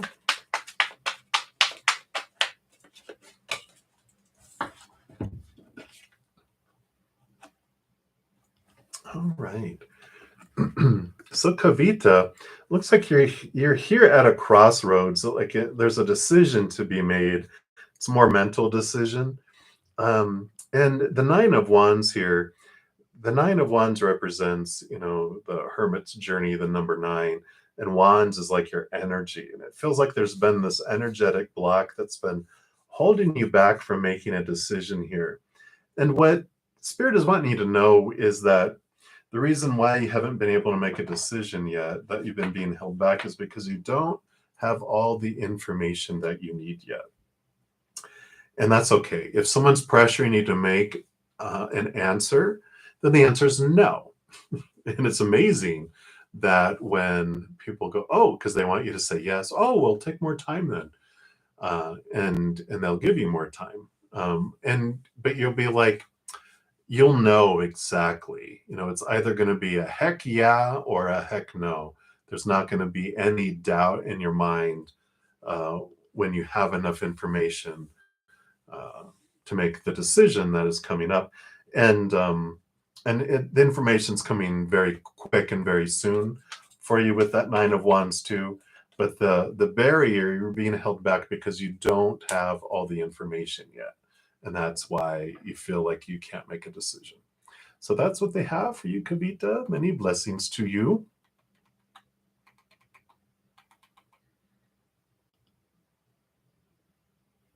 All right, very good, Felicia. I love it.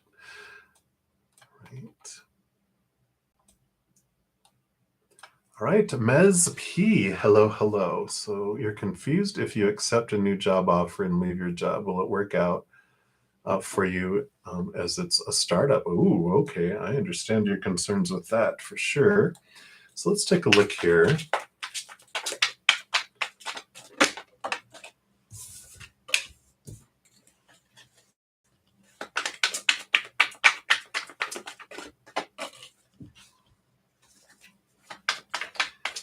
Let's grab one more clarity here. All right. Well, you have the balancers here. You have the Queen of Swords who's balancing heart and mind. Temperance, it'll take time for it to, be fully, like, will it work out for you? Yes, just you have to have patience with it. It'll take some time for it to be like in its full fruition there. And the Queen of Swords is about balancing and understanding, balance between heart and mind. So, it's almost like you need to have your mind and your heart, your passion, but also your mind, as you realize it's going to take time for it to unfold. We have the Seven of Cups, which can be, I understand the emotional confusion and the fears we have. But I don't know, is there something that you can do? There's like, can you do part-time at one while you do the other? Is there something that you can do? Do you have to leave completely the one job while the other one's starting up? Is there a way to kind of ease into it as the other one, like um, part-time with both as they expand or something like that? It just feels like it's this balancing energy that's coming in with it, not just like thump, but kind of an easing into it, if that makes sense. So if that's an option, talk to both of them and see if that's something that that they can work out for you. But that's what's coming through right now, Ms. P. So many blessings to you. Hang in there. I know it's always a fun, exciting adventure, isn't it? All right. Smita Sark, hello. Oh, my goodness. A lot of energy. So can you please tell me that Wed-Sun will marry? Oh, okay, let's take a look here. Let me extra flesh these.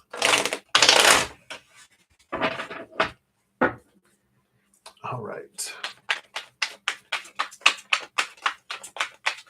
So will you be married to Wed-Sun?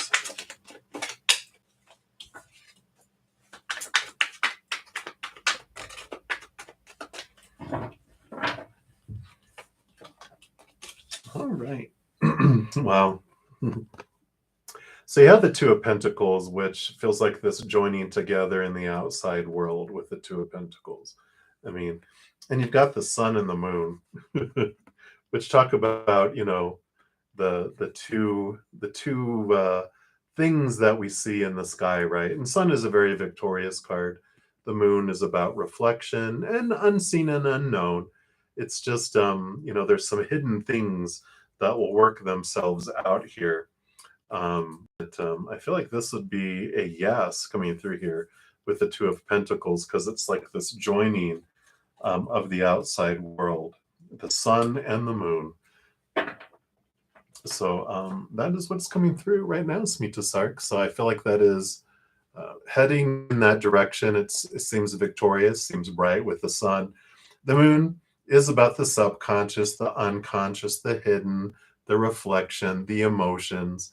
Just takes time. Phases of the Moon, you have to let it unfold, but it feels like it just takes its phases that it has to go through to get there. So that is what I'm seeing, Smita. So many blessings to you.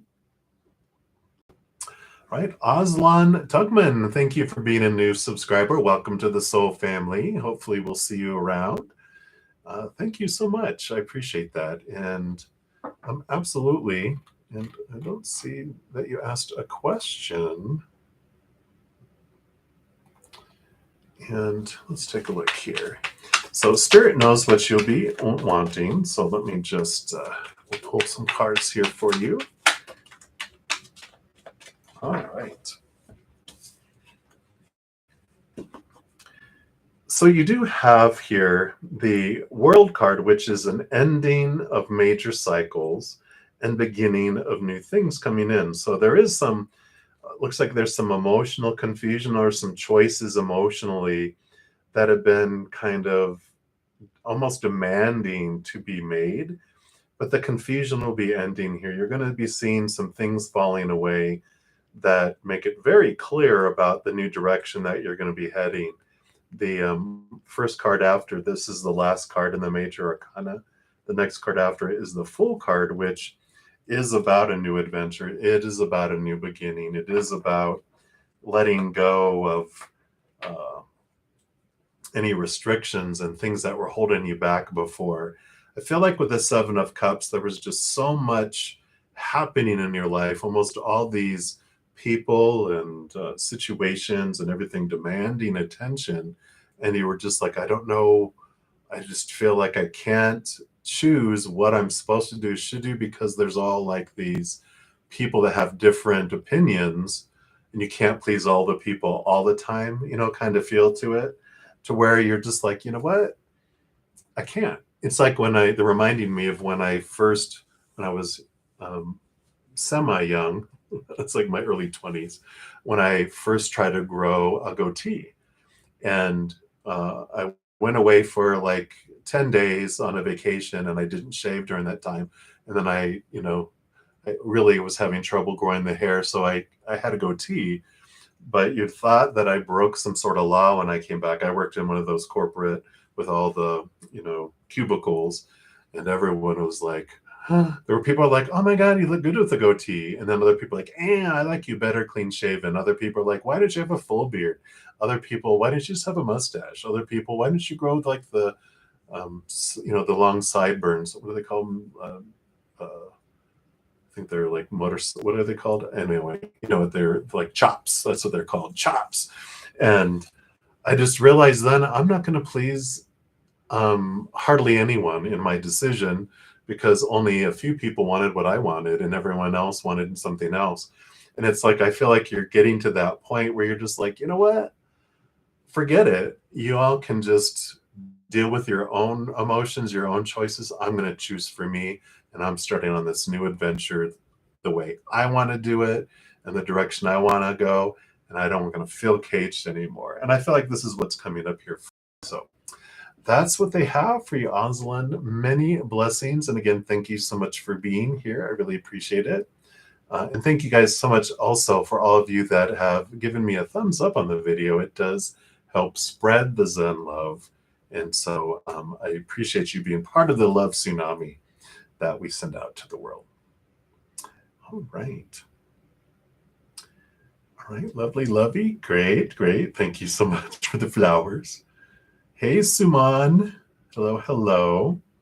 I see you have a question here in a moment, but Danyavwa Pompey, I total murdered that. I'm sorry. What's going on with Devin and Mika? Whoa. Let's take a look here.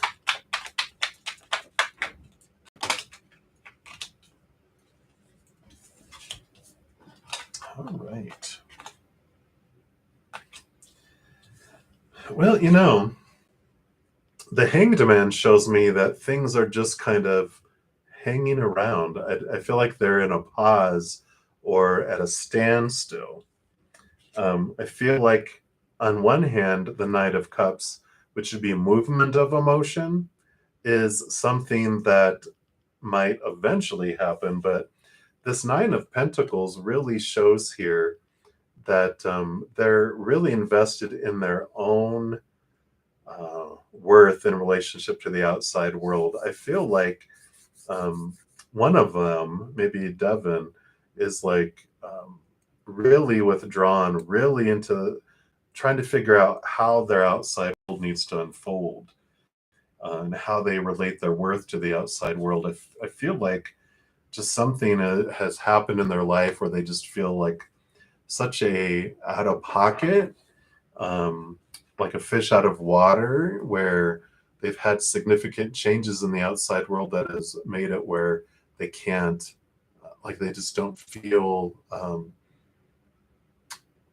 like, I don't want to say stable, but they just feel like their outside world was shaken. Like if they lose their job or lose their home or their car or got injured, something where it impacted their outside world significantly, that they've had to feel like they had to withdraw to get into survival mode. And that's kind of, I feel like, what's going on right now. Everything's just kind of stopped for right now, if that makes sense. So that's what they have for you, Donne Bois. I know I murdered that. Sorry. All right. Many blessings to you. All right. Suman Madeshia. I'm so sorry. I apologize in advance for all my poor pronunciations of everyone's name. I need like some love guidance. Let's see what we got here.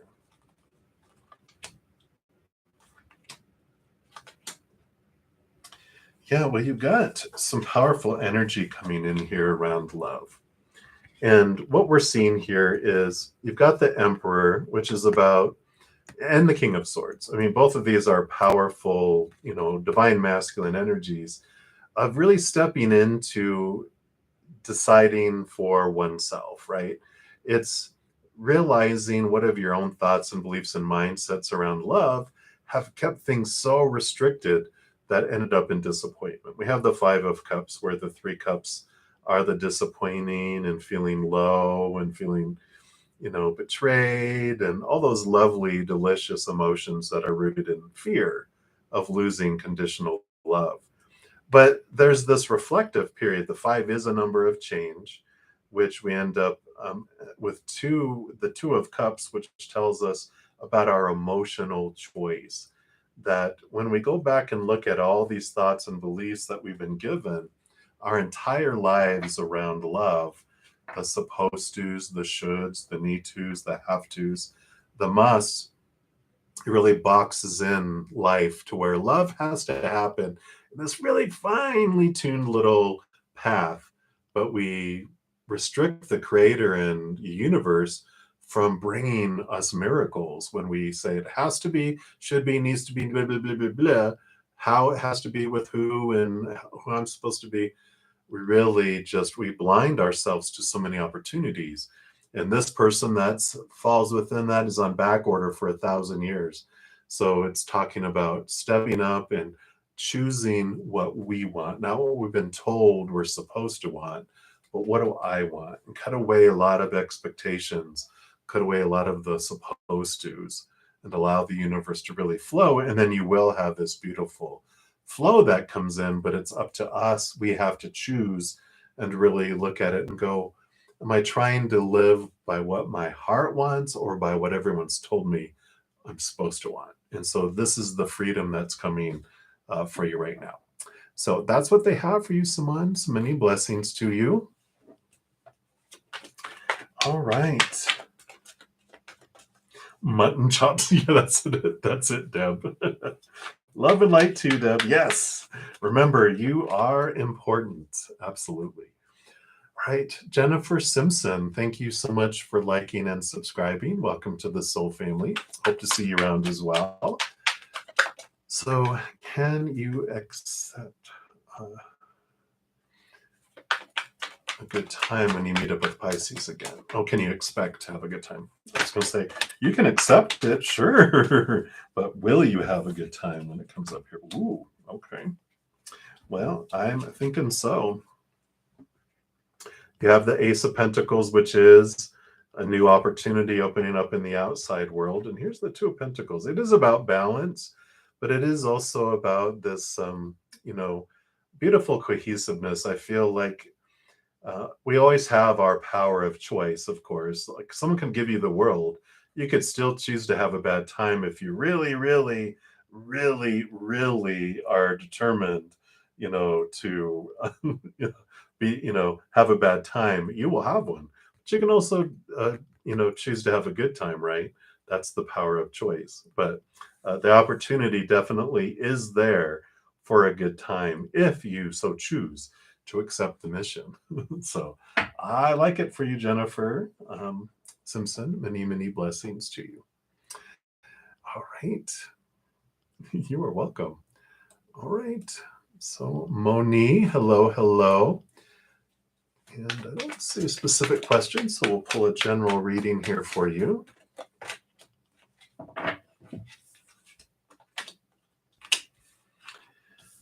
All right. Yeah, it looks like you are having the opportunity to really step into your power here. The Two of Wands shows that we have a choice. We always have a choice every moment on where we're investing energy. Wherever we're pointing our wand is what grows and expands here.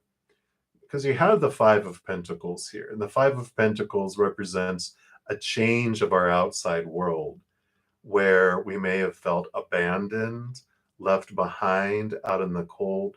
It's these beliefs around lack in the outside world that are being challenged. And with these two cards together, it tells us that we, when we focus on lack and what we feel is missing in our life, then that grows and that expands, whether it is money, whether it is love, whether it is opportunities or job opportunities or promotions or friends or whatever it might be. If we feel we're missing something, when I focus on that, the missingness grows. So when we focus on lack, like I don't have enough money, I don't have enough money, more money goes away because we're telling the universe, I like feeling lack. It's like, all right, we'll order more of that up. But if we switch it and we focus on what we're grateful for, we'll have more to be grateful for. So you see how we can transform and use our energy. It's like whatever I focus on is what grows and expands.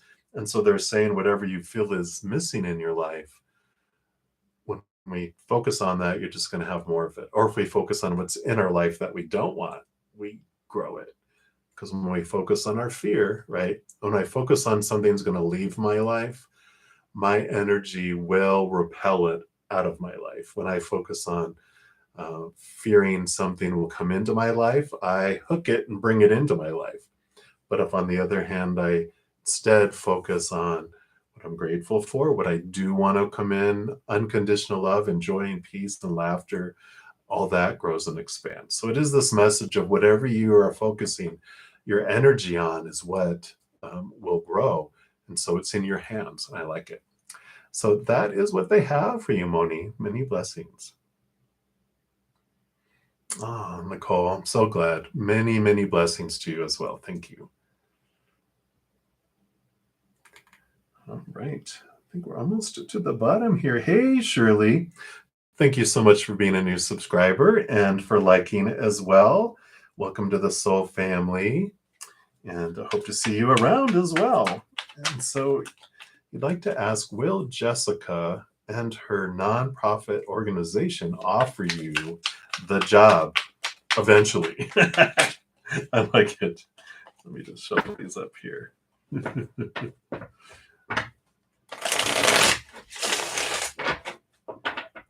All right, Shirley, let's take a look here. Will they offer you the job?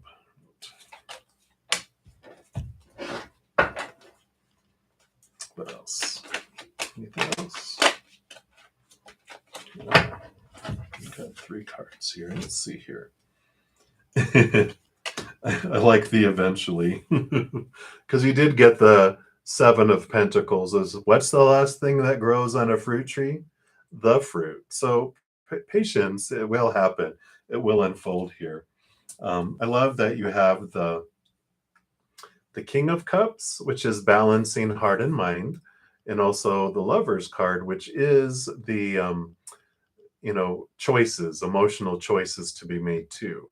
I feel like there is this, I feel like they will offer you the job, but I almost feel like Spirit is saying, you have your heart and your mind, and that you have some emotional choices to make around it. I almost feel like you're going to be offered another position, either to at the company or also, with this, with another company, maybe even as well. And it's about balancing your heart and mind and the decision that's coming up, because on one side our mind is saying this is what you're supposed to do and should do, and etc. But your heart's going, oh, but this would make me sing. And it's about allowing both your heart and your mind to have a seat at the table in the decisions to be made that's coming up here. So that is what they have for you, Shirley. So I like it. It's like a yes, and eventually, but I feel like you're going to have another offer, another opportunity that comes up, and whatever makes your heart sing, that they're encouraging you to follow your heart. So I like it. Many blessings to you, Shirley, and hopefully we'll see you around some more as well. Welcome. All right. And Empress Luna, thank you also for being a new subscriber. Welcome, welcome. And thank you for liking. Really appreciate that. You want to know, how is Azim, the Cancer sign, feeling about you? All right. Let's take a look here and see what's going on with Azim here.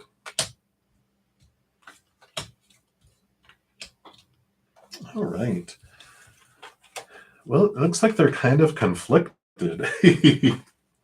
Because we've got this, King of Pentacles here, which the King of Pentacles is about seeing things, really focusing on the outside world. So I feel like they are really looking at how to find security and stuff in the outside world. Well, that makes total sense here because without you guys being in contact here, we have the Five of Wands and the Five of Swords. So these are both conflicting energies. This is like, um, the passion, energetic type of conflict, and this is like conflict of mind and communication too. So it seems like they are very much, conflicted, obviously, with this. But I feel like they're super focused on themselves here, about their outside world, wanting everything, to be stable and job and everything else out there. But I feel like they just felt conflicted, either in belief or in passion. But I just feel like there was this. I don't know if you guys had a lot of butting heads or miscommunication or different passions. It just feels like very conflicting energy. But I understand why there would be no contact because it feels like they're definitely scattered and split. So much focused on their outside world, about abundance.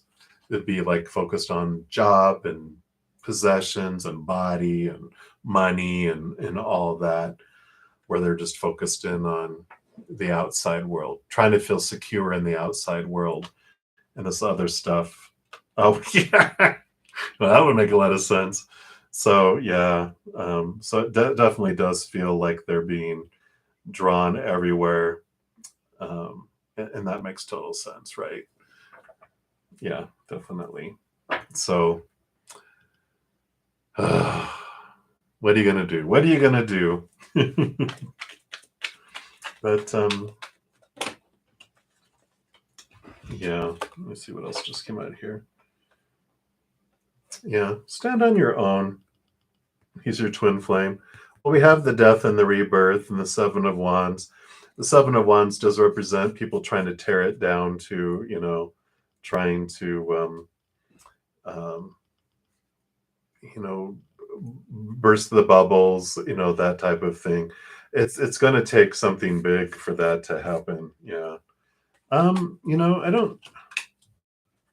This death and rebirth would kind of show the opposite, not contacting, but that there would be, it's like there's an ending here and a new beginning for you to move in a different direction.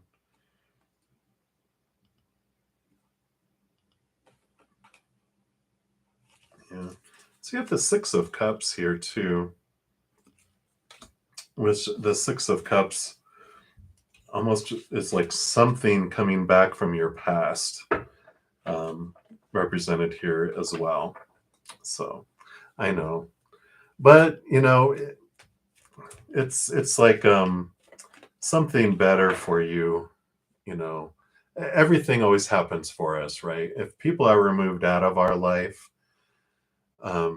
people don't leave us, people don't abandon us, people are moved out of our way, people are moved out of our life to make space for something that's more in alignment with your future, to clear your path so you could go in the direction that's meant for you. So what is meant for you will never pass you by. And so when people are removed, it's like kind of a thank God for unanswered prayers, because you're like, you can trust that the universe is kind and loving and wants what's best for your experience.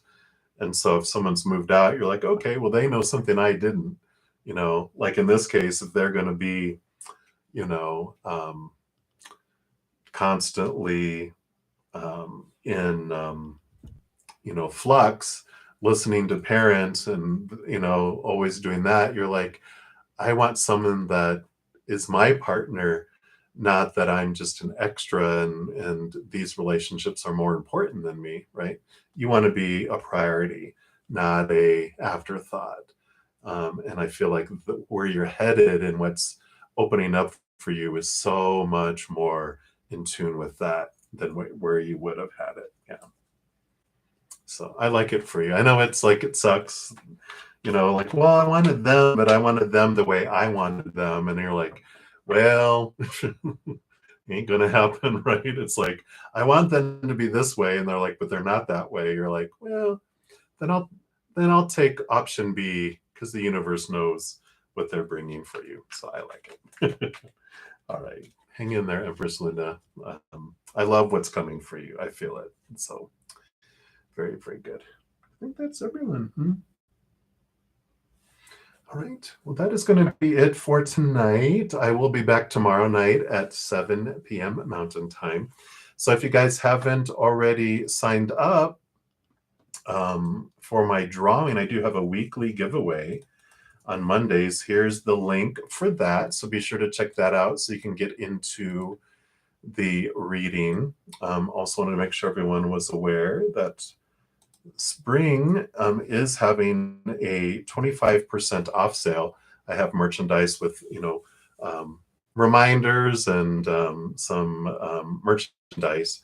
So if you guys want to check those out, I just want to make sure you're aware that they're taking 25% off, so it doesn't affect anything they give me. They're taking it off of their end. So that doesn't happen very often. So I wanted to make sure of that. Also, we're right in the middle of Libra full moon energy. So here's the Libra pick a card if you haven't checked that out for today. And also I put out monthly readings for each individual zodiac sign, and there's the playlist for that. So if you're looking for some more messages of love, be sure to check those. All right, everybody. Thank you again so much for all the thumbs up and all the wonderful, wonderful comments. I'm truly always blown away by your love and thirst for spirit. And please know, as you are going throughout each and every second of every day of your life, that you are unconditionally loved by the Mother and the Father of all things. And of course, I love you guys too. So until I see you again, much love to you. Have a great rest of your day or night, wherever you're at in the world, and we'll see you soon. Until then, much love to you, and you guys take care.